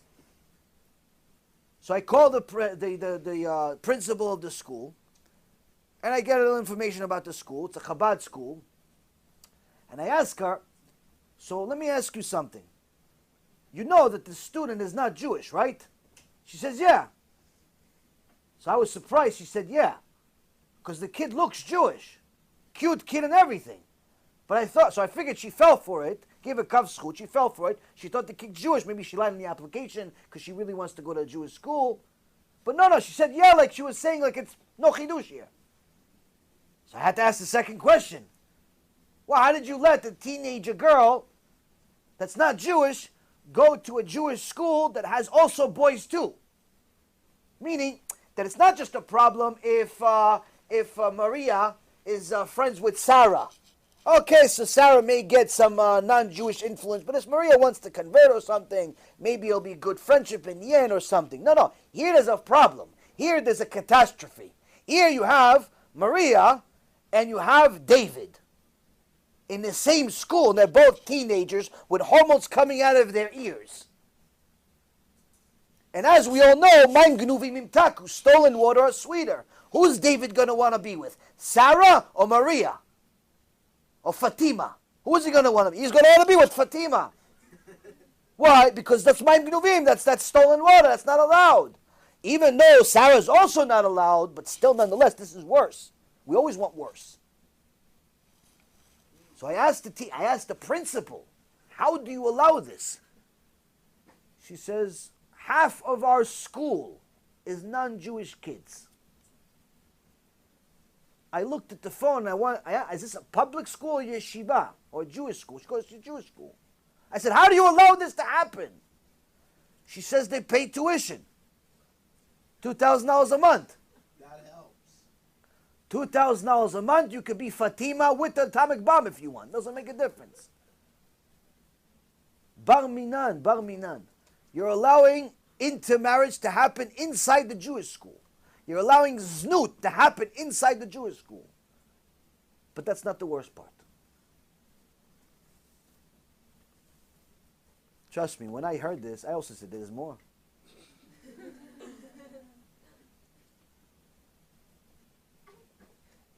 A video came out a few days ago on Jewish television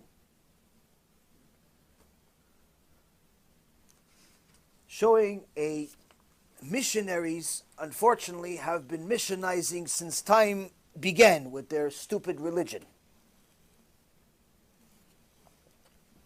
Since they originally made the mistake of writing that the Me'arat HaMachpelah is in Nablus instead of Hebron, as we learned in last week's parasha, when they wrote the stupid New Testament, full of mistakes, when they wrote it, they started missionizing. The difference is, 2,000 years ago, they'd tell you, you want to be a Christian? No, chop your head off. Did you want to do it after all? You don't have a head anymore. Okay, so we'll try the next guy. Maybe your friend will want to be a Christian now. Millions of Jews died not to be Christians. For the last 2,000 years, we've been killing ourselves not to be Christians. For the last 2,000 years, you had the Spanish Inquisition, the Bet HaMikdash, what happened in England, what happened in France, everywhere, all over the world, they were murdering us in cold blood to force us to be Christians. We said no, they killed us. There are millions of Jews in the world who don't even know they're Jewish today. Because of what happened to their ancestors. They called them Anusim. But the church said recently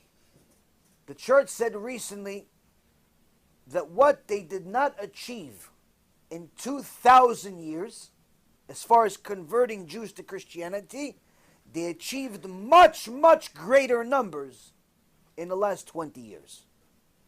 Meaning, they converted more Jews to Christianity in the last 20 years than they have in the entire last 2,000 years combined. Over 500,000 Jews converted to Christianity, according to Jews for Judaism, in the last 20 years just in North America. Just in North America. Canada and America. Over 500,000. You're talking about somewhere in the neighborhood of 3 to 4% of the Jewish population. Now, most of the time, conversion to Christianity and missionizing was a problem in America, in South America, North America, in Europe a little bit. It was never really a problem in Israel until this last decade. Because it's illegal in Israel to be a missionary. Now the missionaries have so much money, they simply bought the law. The church has so much money, they can do whatever they want.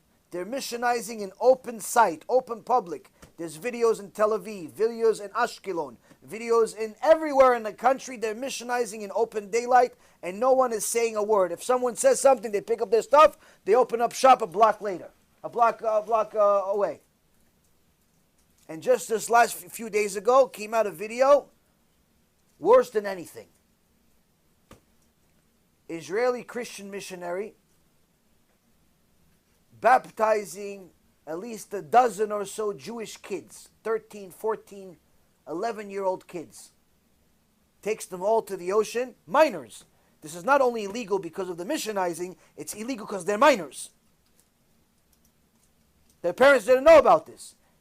This guy, Baruch Hashem, is stupid enough to videotape the thing himself and publicize it.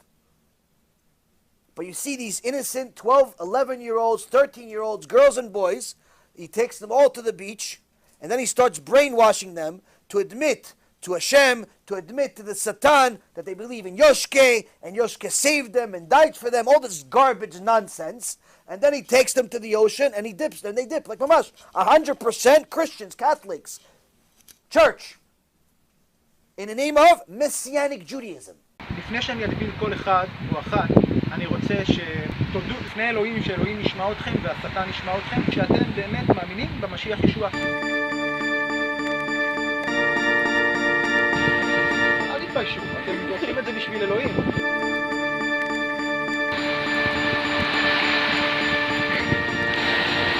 Oh my God. Oh my God.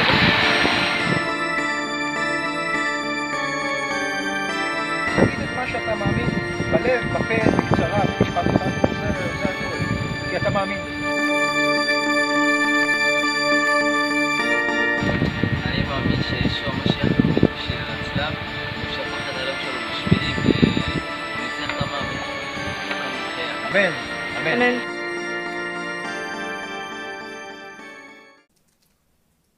Showing Messianic Judaism, Christianity, it's all the same garbage. It's all the same thing. There is no such thing as Messianic Judaism. It's Christianity with a mask. This is happening in Israel. There's an organization called One for Israel. Yimach Shemam V'Zichram. They call themselves One for Israel. Many of the people that like my page, many of my own fans like their page because they're not smart enough to realize these are missionaries. Because they call themselves One for Israel. They have millions and millions of fans, budgets of tens of millions of dollars. There's no end to the money. Why? Because a couple of Israeli guys, Moti ve'Eitan, Shem Reshaim Yerkav, both of them, and some other guy, I forget his name, Zev, Dror, something like that. some guy that got education in America, smart guy, Rasha Merusha, they said in a fundraiser in America recently, Eitan says in a lecture in English in Tennessee, they're not even trying to convert the adults. They don't care. If adult Israelis come to them to convert, no problem. Baruch haba. Their main target for their advertising is kids. Main target. Because why? Because we can't get to the parents without going to the shul, to the community, to all these different places. But the kids, we don't have to go anywhere. Why? We go right to their phones. We go right to their phones, we got to the kid's heart. I'm inside, he says, I'm with the kid inside his own yeshiva. Why? He has a phone, he has me with him also. Let's start with some good news. I think that we were able to find the missing key, the lost key. And it's actually pretty simple. It's Jewish and Arab Israelis explaining the gospel to other Jewish and Arab Israelis in the Hebrew and Arabic language. It's not something that comes from outside, foreign, different. It's something that we do with our own people, and we do it by bypassing the gatekeepers. We bypass the Orthodox rabbis. We no longer need their permission or approval. We go straight into their own children's phones now and computers. But here is something very important for you to understand. We do not share the blonde, blue eyes, Gentile Jesus who is dead on a Roman Catholic cross for 2,000 years now. We share the Jewish Israeli Messiah, Yeshua, who's not dead. He's alive and he's changing people's lives. They're converting kids from yeshivot. They're converting kids from secular houses. They're converting kids from all walks of life.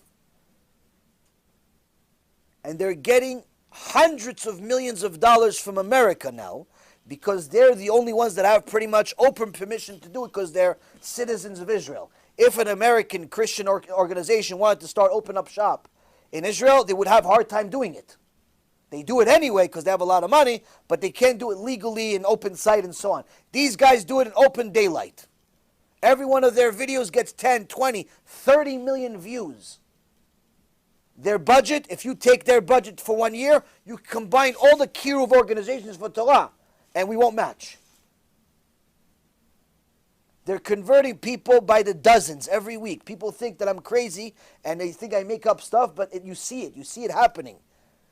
Now, Rabotai, why is this happening? This is a picture of the missionary in Israel, in Ashkelon. Right before he dips about a dozen kids, or what looks like to be about a dozen young 11, 12, 13-year-old kids, in the ocean to convert to Christianity. You know what he looks like? A regular person. That's what he looks like. He looks like a regular person.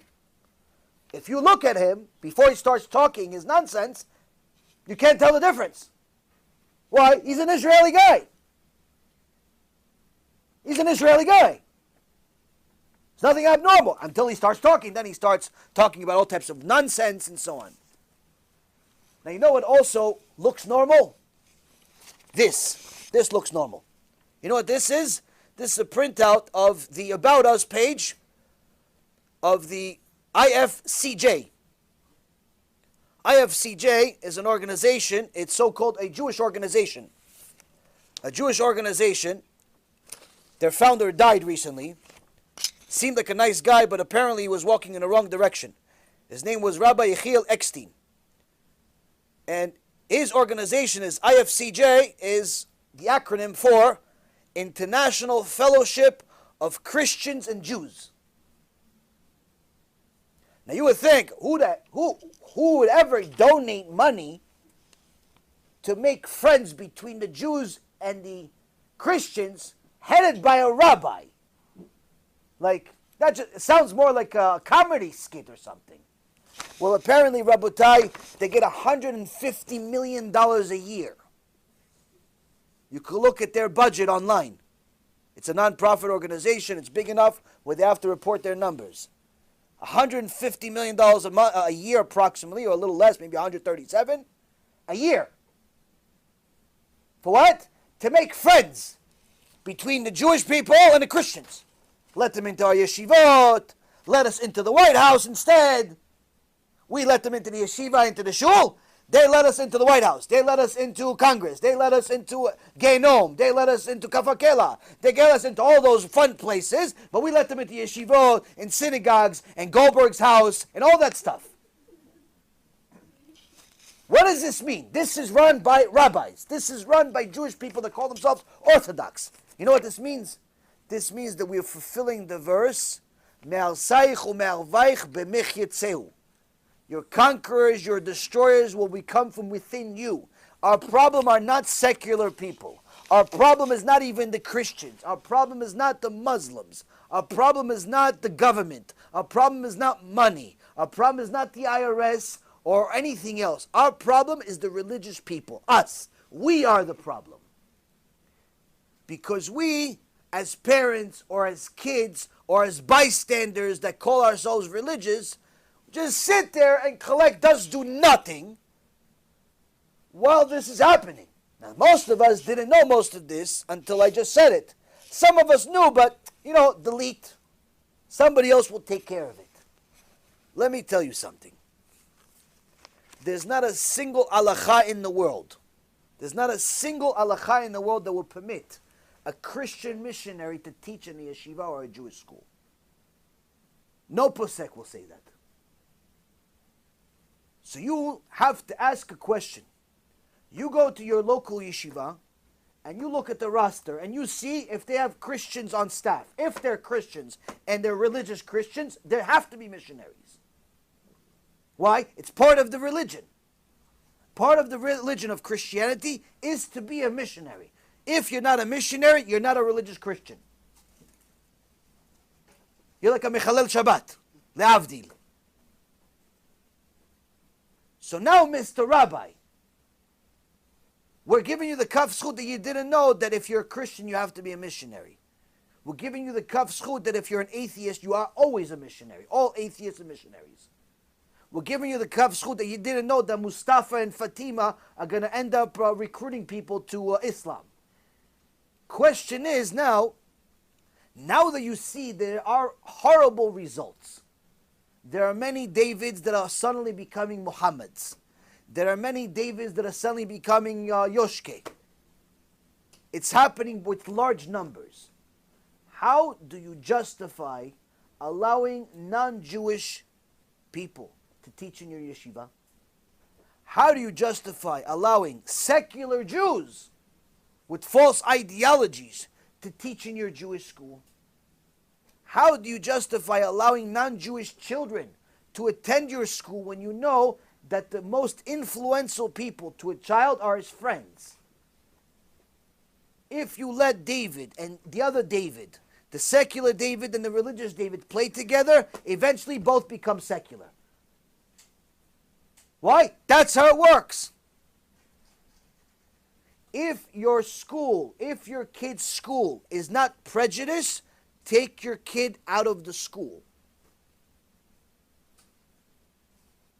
If your school, if your Jewish school is not prejudice against other religions, not hates them and throws rocks at them and wants violence, I mean does not allow other religions inside the Jewish school.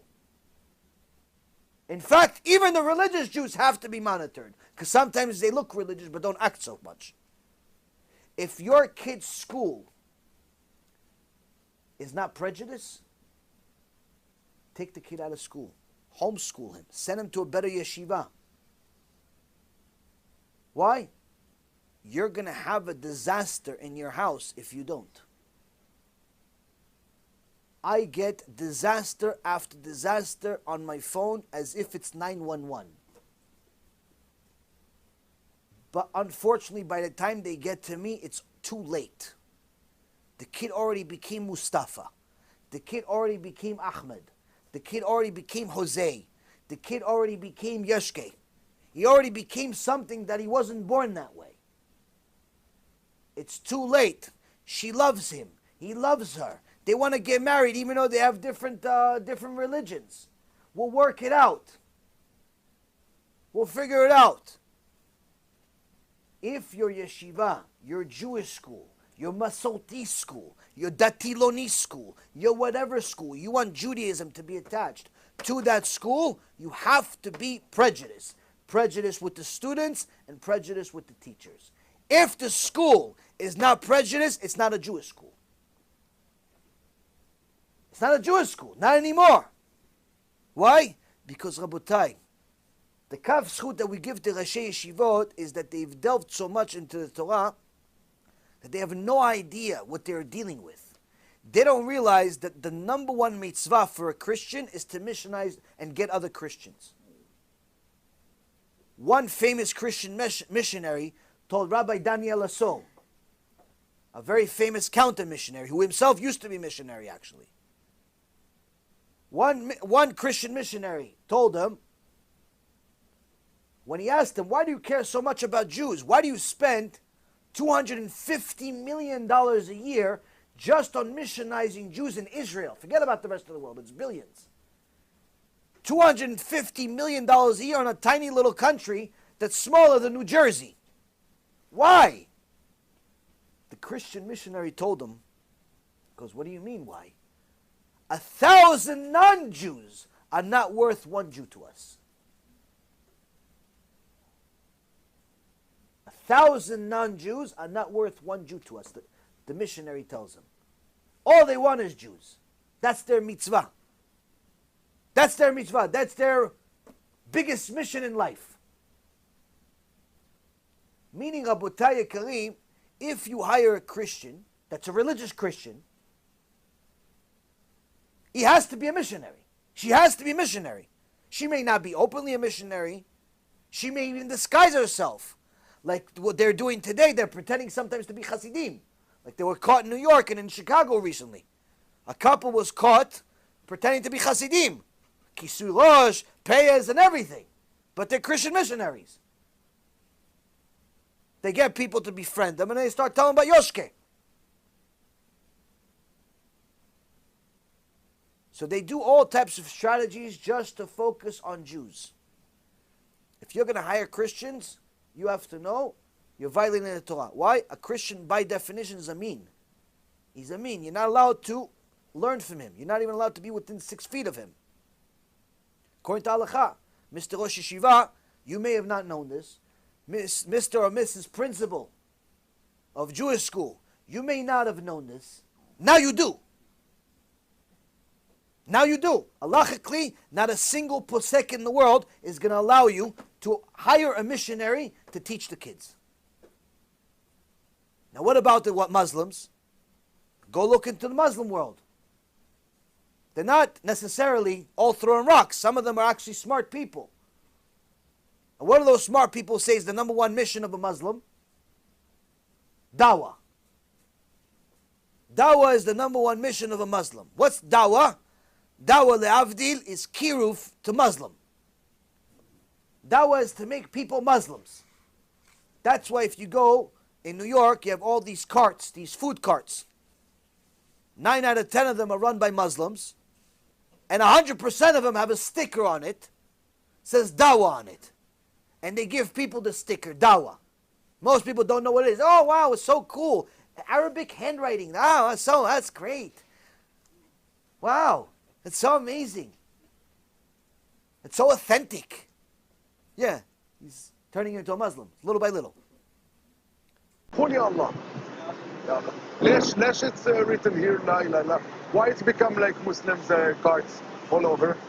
Because we believe Allah is God and Muhammad Sallallahu is our prophet. Even though we try to explain to all the Christian people they become to give free meditation to them, maybe they become Muslim. That's the reason for Muslim become. Tell me, once a Christian came and asked what is it and you explained it, did he like the idea? I said to them, become Muslim, they go to Jannah, you know. Jannah, oh. Wow, this is a good present. See like here? What is this? It says, this is the deep phrase, the logo of Islam, the motto. La ilaha illallah, there is no God except Allah, and Muhammad is his messenger. Which means it's not only food, it's dawah. Main is Dawa, not אבל זה לא רק דעווה. בשיחת טלפון עם מי שהיה מעורב בחקירת רשת חלל בברוקלין, מסתבר שחלק מכספי הפדיון של עגלות החלל מוצא את דרכו גם לארגוני טרור. The Manhattan District Attorney's Office, together with the NYPD, had launched an investigation against owners of halal cards companies due to evidence of flow of funds earned in New York City and sent back to several countries known to host terrorist organizations: Lebanon for the Hezbollah, Yemen for Al-Qaeda, and Egypt for the Muslim Brotherhood. Most people don't know America's fastest growing religion is Islam. Fastest growing religion in America is Islam. Millions of people are converting to Islam right now in America. Number one job of Muslims? Convert. But how are they going to get to the Jews? Jews are smart until it comes to money. What do? Let's send them to the yeshivot. Why? Because technically yeshiva is a better school than public school. We'll just tell them, listen, you do you, we'll do us, we'll just go into your school, we're sending our little kids. Kids, don't throw rocks, they're good. We'll send our kids, they'll learn what yours, they'll learn Shema Yisrael, Modeh Ani. Little Mustafa is going to do Modeh Ani, no problem. Why? Because little by little you're taking over the school until 85% of the school becomes full of Ahmads, Fatimas, and Mustafas. And then you wonder why your dear Moses became, or Moshe became Musa. And your Avraham became Ibrahim. You're surprised. No surprise. You allowed it as a parent. You allowed it as a Rosh Yeshiva. You allowed it as a principal of a Jewish school. By allowing a single kid that's not Jewish to attend your school, you simply made it a precedent that it's now allowed. You cannot say yes on one condition and no on 900 others. Same thing with teachers. If your school is not prejudiced, you simply cannot run the school. Now, Rabotai, people could say, I'm fanatic, I'm crazy, I'm a cult, I'm whatever you want, but no one can say this is false. All this is happening. All this is documented. When the Jewish people are donating $150 million a year to an organization and others like it, that their primary goal is to make good relationships between the church and the rabbis, we clearly have arrived at a time where the religious among us don't see anything wrong with it. Now, the Torah says there's a lot wrong with it. The prophet Malachi says, HaKadosh Baruch Hu told me, Et Esav saneti. I hate Esav. I hate him. Yaakov ahavti, vet Esav saneti. In a couple of weeks, we're going to hear about Yaakov Avinu's prophecy. Yaakov Avinu says to Hashem, Atzileni na miyad achi miyad Esav. Save me from the hand of my brother, save me from Esav. Chachamim say, wait a minute. His brother is Esav. Why does he mention it twice? He says, when he's his brother, he's much more dangerous than Esav. Why? When he's Esav, when he's the open Christian that tried to kill us for 2,000 years, we pretty much knew to run. We knew to run. The guy is coming to us with a dagger, with a sword, with his army, with everything. We knew to run away. Hopefully we survive.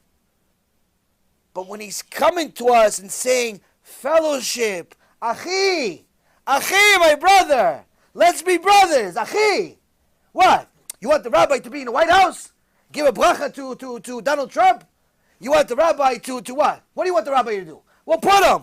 We have so much money we could buy a new White House. Build it for you if you want.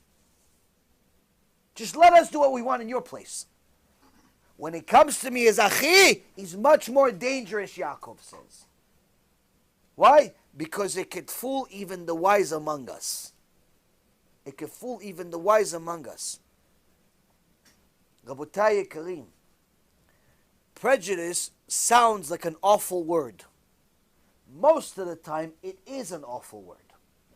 But there are times that it's necessary for survival.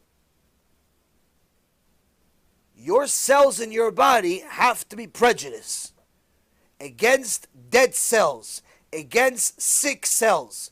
If they welcomed every cell to kumbaya with them, guess what? You die in a week. You have to have prejudice among the cells.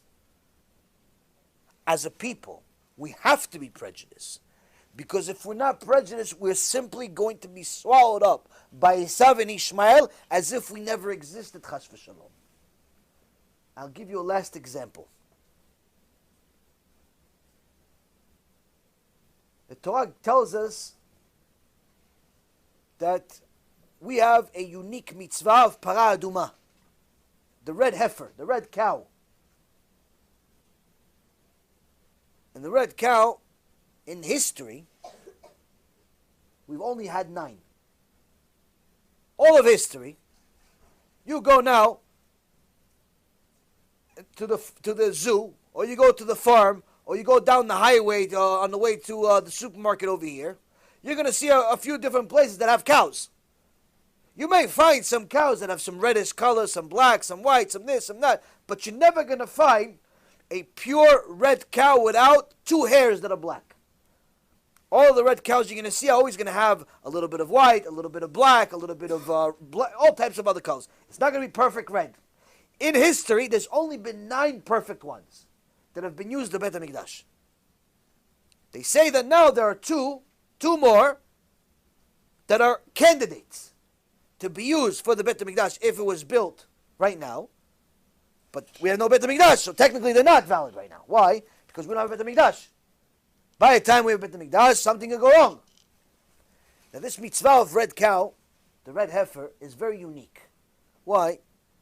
Aside from the fact that this cow is never allowed to do what the rest of the cows do, which is to carry weight, to do work. It's not allowed to do any work. This cow is already on retirement the day it's born. It has one job, to be used for the Beit HaMikdash. They slaughter it, they take the ashes, after they burn it, put it with some incense and then some leaves, special things from the Beit HaMikdash, and that's how they purify the people. That's the only use for this red cow in the entire world. That's why there's only been 9. We needed it only 9 times. Now we don't need it, we don't have Beit HaMikdash. When we have the next Beit HaMikdash, we surely will have another cow, another red cow. But it says, they always were looking for more red cows, just in case. They're so rare. It's like a priceless possession. So what if they found a cow? You know, a cow is big. Couple, maybe a ton, 2 tons. This thing is gigantic. It's like a car. Now, this cow has a lot of hair. 2,523,012,000. Anyone test the source? Go count it. Now this cow has all this hair, and out of the 2.5 billion, if it has 2, they're all red, but 2 of them are black. 2 of them are black. It's not a red cow anymore. It's your next steak, next hamburger, kosher. It's not a red cow anymore. 2 hairs. Now imagine I brought you a shidduch. Imagine I brought you a shidduch. I said, listen, shidduch, wow, amazing, good girl, this, everything great. Okay, Rabbi, I'm going to, no problem. Well, okay. Now, imagine, guy comes back, says, listen, it's not good for me. Why? What's wrong with her? She's a beautiful girl. Everything is good. She comes to a good house, mitzvot, yirat shamayim, everything is good. But she has 2 hairs that are black. It's not for me. It's not for me. You know what's going to happen to you? They're going to read about you in the newspaper the next day. What do you mean it's 2 hairs are black? What's the big deal? Imagine somebody comes to you. You have a daughter. And says, listen, thanks, but I'm not interested in your daughter. Why? What's wrong with my daughter? She's beautiful. She's smart. We have a little bit of money. We're religious. What's the problem with her daughter? No, your daughter's beautiful. Everything is good. But she has like 2 hairs on her head. You know, her hair is black, but she has two hairs that are like red, or two hairs that are blonde, or two gray hairs. It's not for me. What are you going to do to this candidate that took your daughter on a date? Which window? The right or the left one you're throwing him? So how come the Torah says, if this cow, this beautiful cow, has two hairs that are black, it's no good. It's a shish kebab now. It's a hamburger now. It's not a red cow anymore. Why? I mean, technically, you think about it. What can you do with these two hairs? What's the big deal? Dye the hairs. You go to the local hair salon. They'll give you dye. Put some dye in the hairs. What? Now you have 100% red hairs. Big deal. Two hairs? Not even a minute. What do you want to put some tinfoil on it? Okay, I'll take you a half hour. Do a tinfoil on each hair to make sure it's badats. What? Okay, worse. Okay, you don't want to dye him because you're scared of the chemicals in the hair. We'll get you organic. Okay, you don't want to dye him? No problem. Here, one of the ladies over here is going to take you a tweezer, pluck out the hairs. What's the big deal? Pluck out the hairs. No one's going to notice. 2.5 billion, 512 million, and 10, not 12. No one's going to notice the two hairs. Why, you think people really count? Did you guys count? So you're just taking my words, 2.5 billion. So the point is, about that, what's the big deal of the two hairs? Even more so, the Torah tells us, this red cow, zot chukat Torah. This cow is the entire Torah. This cow is the law of the entire Torah. When Shlomo HaMelech saw this, he says, this is far from me. I thought I knew it, but it's far away from me. Say to Shlomo, what? You thought you knew the mitzvah of red cow, you understood it, but now that you see this whole balagan with the two hairs, and how they purify, impurify, all that stuff, now, he goes, no. I thought I knew Torah, Shlomo HaMelech says. I thought I understood the entire Torah until I saw I don't understand anything. Why? I understand that the red cow is beyond logic. That means the entire Torah is beyond human logic. You can understand certain things, but the real essence of the Torah, impossible for a human being to understand. Meaning, Rabotai Kareem, what can we learn from this cow? We can't learn all the secrets of the Torah, but we can learn one major secret. That every single person could learn from this, whether you're smart or not, Jew or Gentile, whoever you are. You can learn this. This is from the Torah. And that is, HaKadosh Baruch Hu expects perfection. When it comes to his mitzvot, he wants perfection. When it comes to his yeshivot, he wants perfection. He doesn't want Mustafa inside a Jewish school. He doesn't want Yoshke inside your synagogue. He doesn't want it.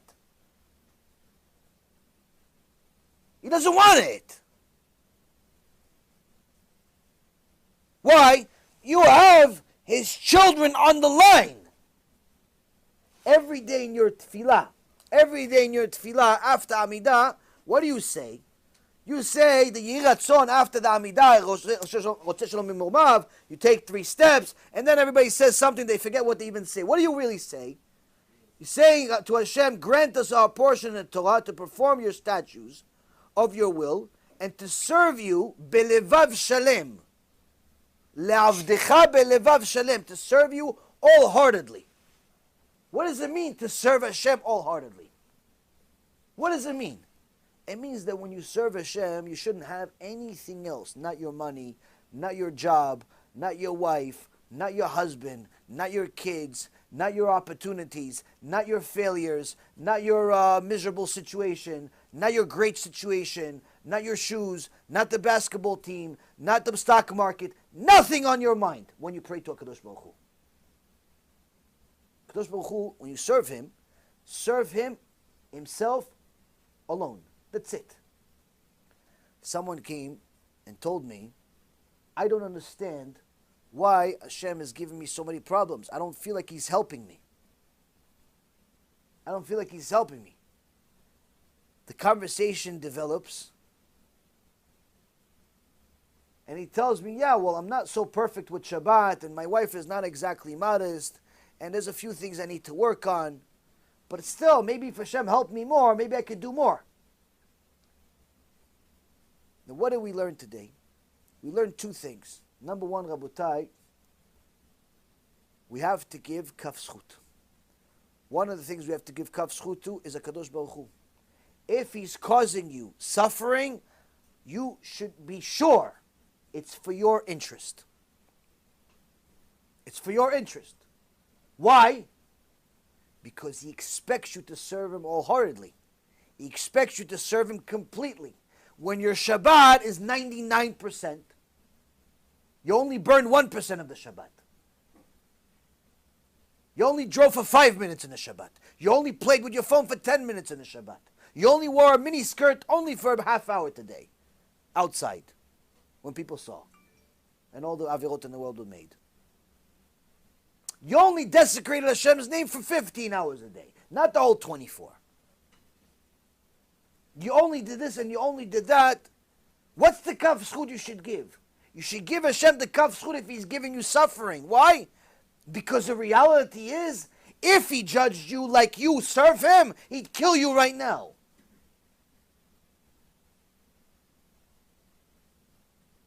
And take you to a place you'd regret the day you were born.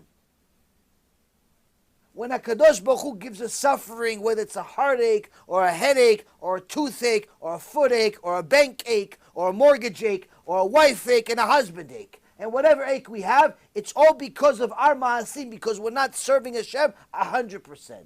Belevav shalem. Why? Because we have our mind on different things. This is not just for us, this is also for the Talmidei Chachamim, the Rashi Yeshivot. Sometimes they're so busy running the yeshiva, they don't monitor who's the teacher. So they hire a Mustafa or Yoshke to teach. Sometimes they're so tight for money, they just close the eye when Mustafa and the other guy want to come and become one of the students in a Jewish school. They're not doing it on purpose. They're not doing it to put your kids at risk. But nonetheless, that doesn't change the outcome. It doesn't change the risk. The risk is still there. Whether you meant it or not, if you shot somebody and he died, he still died.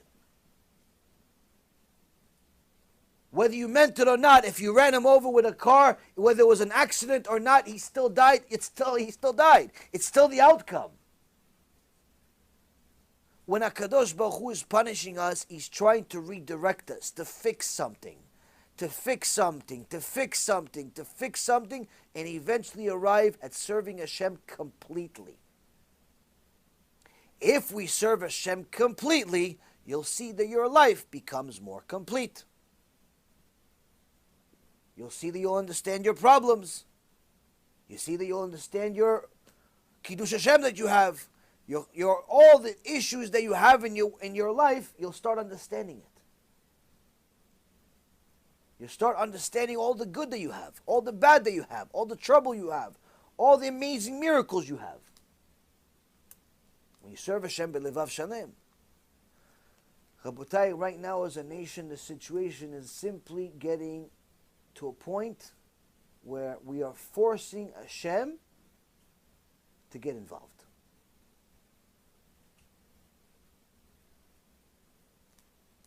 I'm afraid that most people don't know what that means. So I'll elaborate for you in one line. Anybody here ever heard of the Holocaust? You heard of it, right? Times the Holocaust by 10.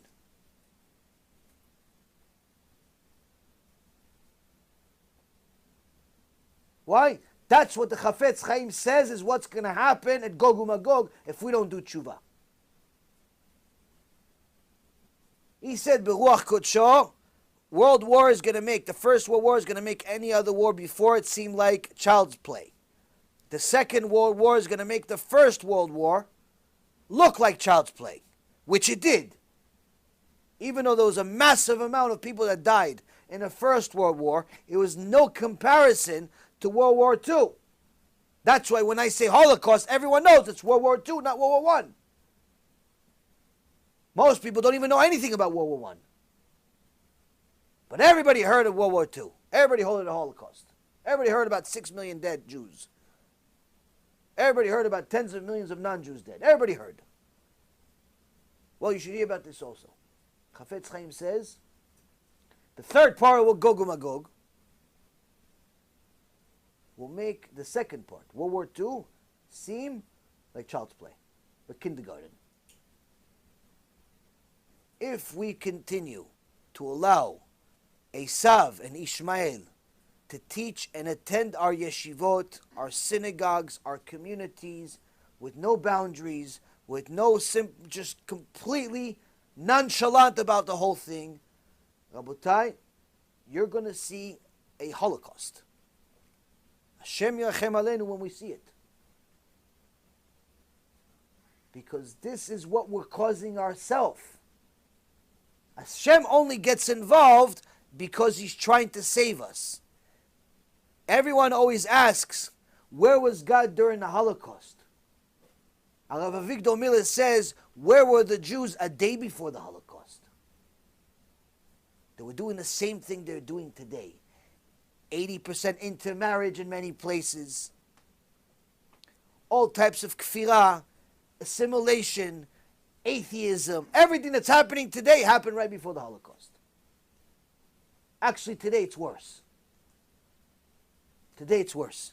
Back then it was mostly with Esav. Today it's with Esav and Ishmael. You have to do whatever you can to protect yourself and protect your kids.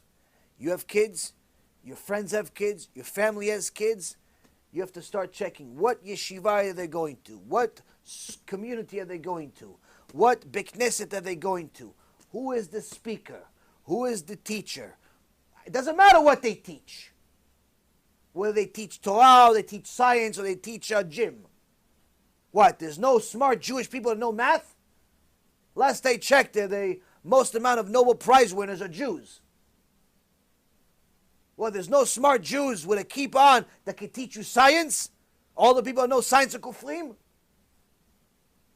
There's no smart Jewish people that know how to teach you English. What, every religious guy is illiterate? No one knows how to spell. No one knows vowels. No one knows verbs. No one knows algebra. We can't find a single Jew to teach something that's secular knowledge too. We have to go to the goyim. We have to go to the secular people that have an upside down life, an upside down mind, that are forcing our kids to also have it. Why do we have to force Hashem to get involved? Why? Didn't we learn from all the chorbanot that happened for the last 2,000 years? Ribono shel olam, you didn't see enough death? You want more? We have to kill ourselves? What the Christians didn't succeed in 2,000 years, they're succeeding in the last 20 by our own hands and our own money. Do you understand that if you donate to these wicked organizations that promote friendship with Esav and Ishmael, you are murdering your own kids? When Mustafa and Yoshke show up at your Beit Knesset on some board of directors, that's your money that went for it.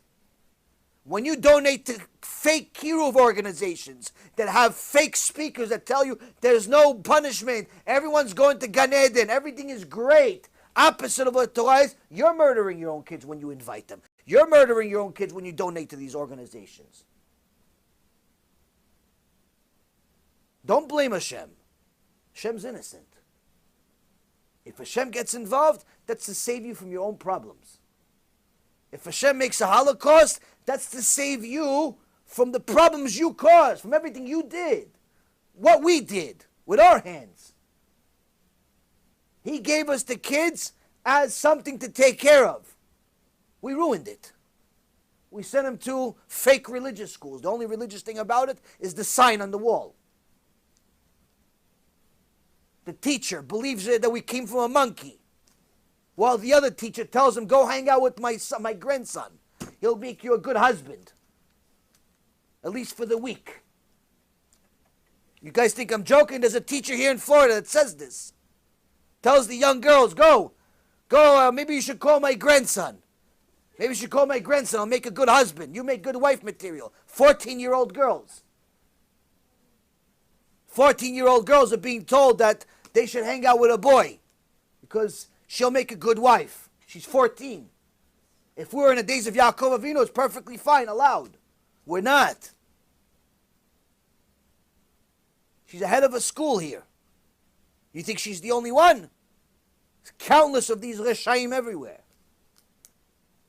Collecting $100,000, $200,000, $300,000 a year. People are collecting millions of dollars and people are giving it to them. What does that make? Who's worse? The killer or the one that funds him?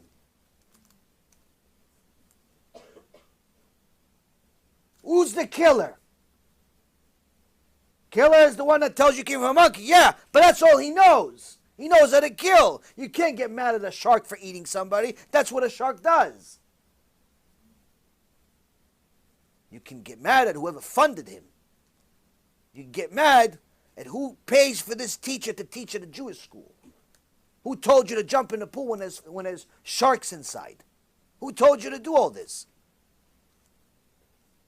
Who paid for this school? Who continues to pay for this school? Who continues to donate to these fake organizations that call themselves Jewish? There's nothing Jewish about them.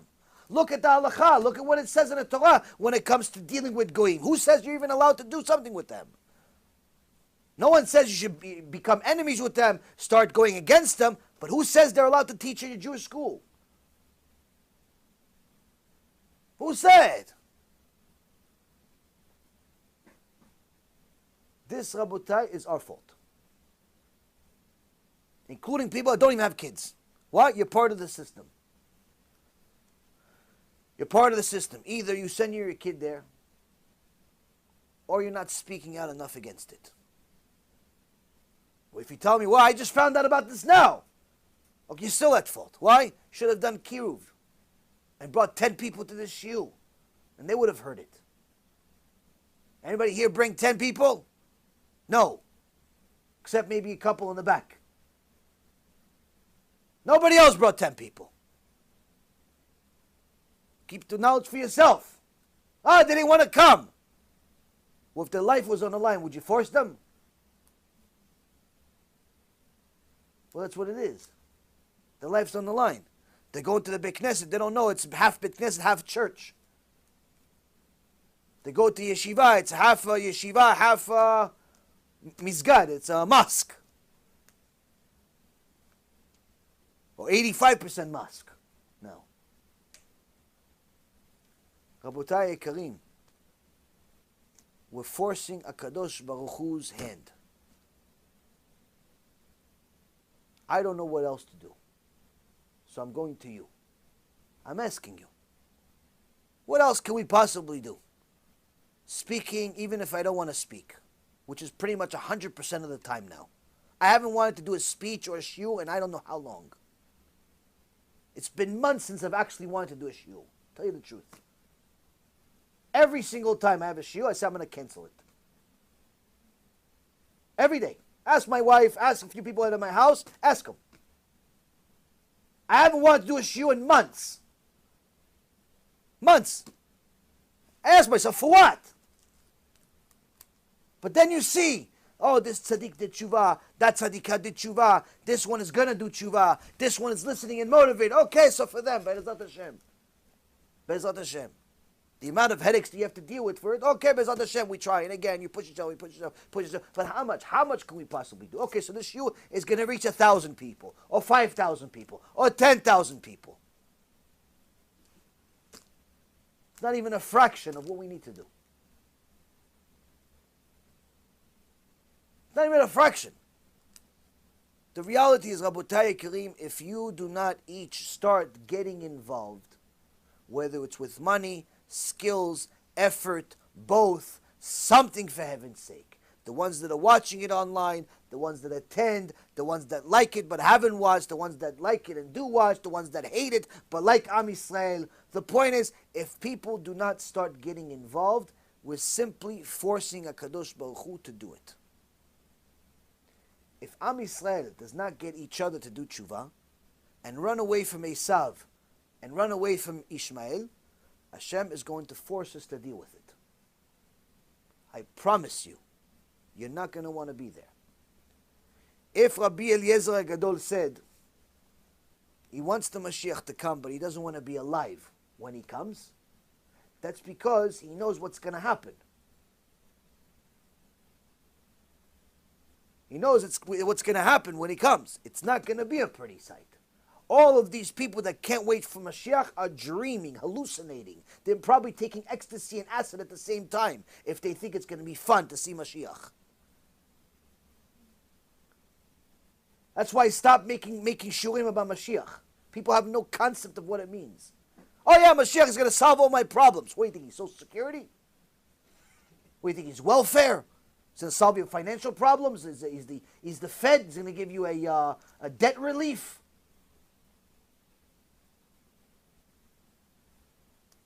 Mashiach comes in Gog uMagog. Mashiach comes in a war. If we don't start fighting the war now, spiritually, by fixing ourselves, fixing our community, demanding that our yeshivot and Jewish schools, whether they're really religious or halfway religious, demanding that the minimum requirement be met to meet the halacha of it being a Jewish school. You call yourself a Jewish school? Okay, make sure everybody here is Jewish. Is that too much to ask? If you're going to go to a Christian school, you're not going to find Jewish teachers. Unless they like Christians. Unless they've become a Christian. You're not going to see Rav Ovadia teaching at Christians Anonymous or something. Or Mother Teresa or something. You're not going to see it. You're not going to see it. Why? The Christians won't have it. It's not that Rav Ovadia wouldn't do it. Of course he wouldn't do it. But the point is the Christians wouldn't have it. Why? It's the wrong ideology. You're going to convert all of us to Judaism. What do you mean? How could we have a rabbi teach at our church? So how come we're having them in our yeshivot? And don't let anyone fool you. Someone that's an atheist is very religious. He's probably more religious than anybody here. An atheist person is more religious than a Haredi. Why? Atheist people, they feel a uncontrollable desire to make everybody else around them atheist. They cannot let you live with your beliefs so long as they're atheists. They're the most religious people that exist. I wish we were as religious and zealous as atheist people. This is why, Rabotai Karim, you have to understand. We have to demand a little bit from ourselves and also a little bit from our communities. You have a yeshiva, you have a Jewish school, a modern Orthodox school, a half-Orthodox school, whatever it is. It has Jewish in its name. Minimum requirement. Everybody has to be Jewish. If it's a real religious school, Jewish and religious. Both students and teachers. Both members and the staff. Everybody has to be Jewish. Why? They're eating us alive. They're eating us alive. They're converting thousands every week. Thousands every week. What do you want it to be?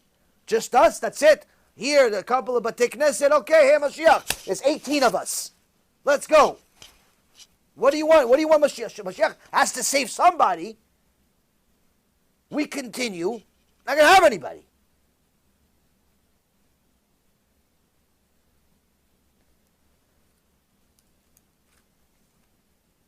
So, kaf zchut to all of the Rashi Yeshivot and the principals of these Jewish schools is they simply got so busy and so pressured that they simply didn't pay attention. While Mustafa and Ishmael and Esav and all of their other little tentacles were infiltrating their young neshamot that they were responsible for.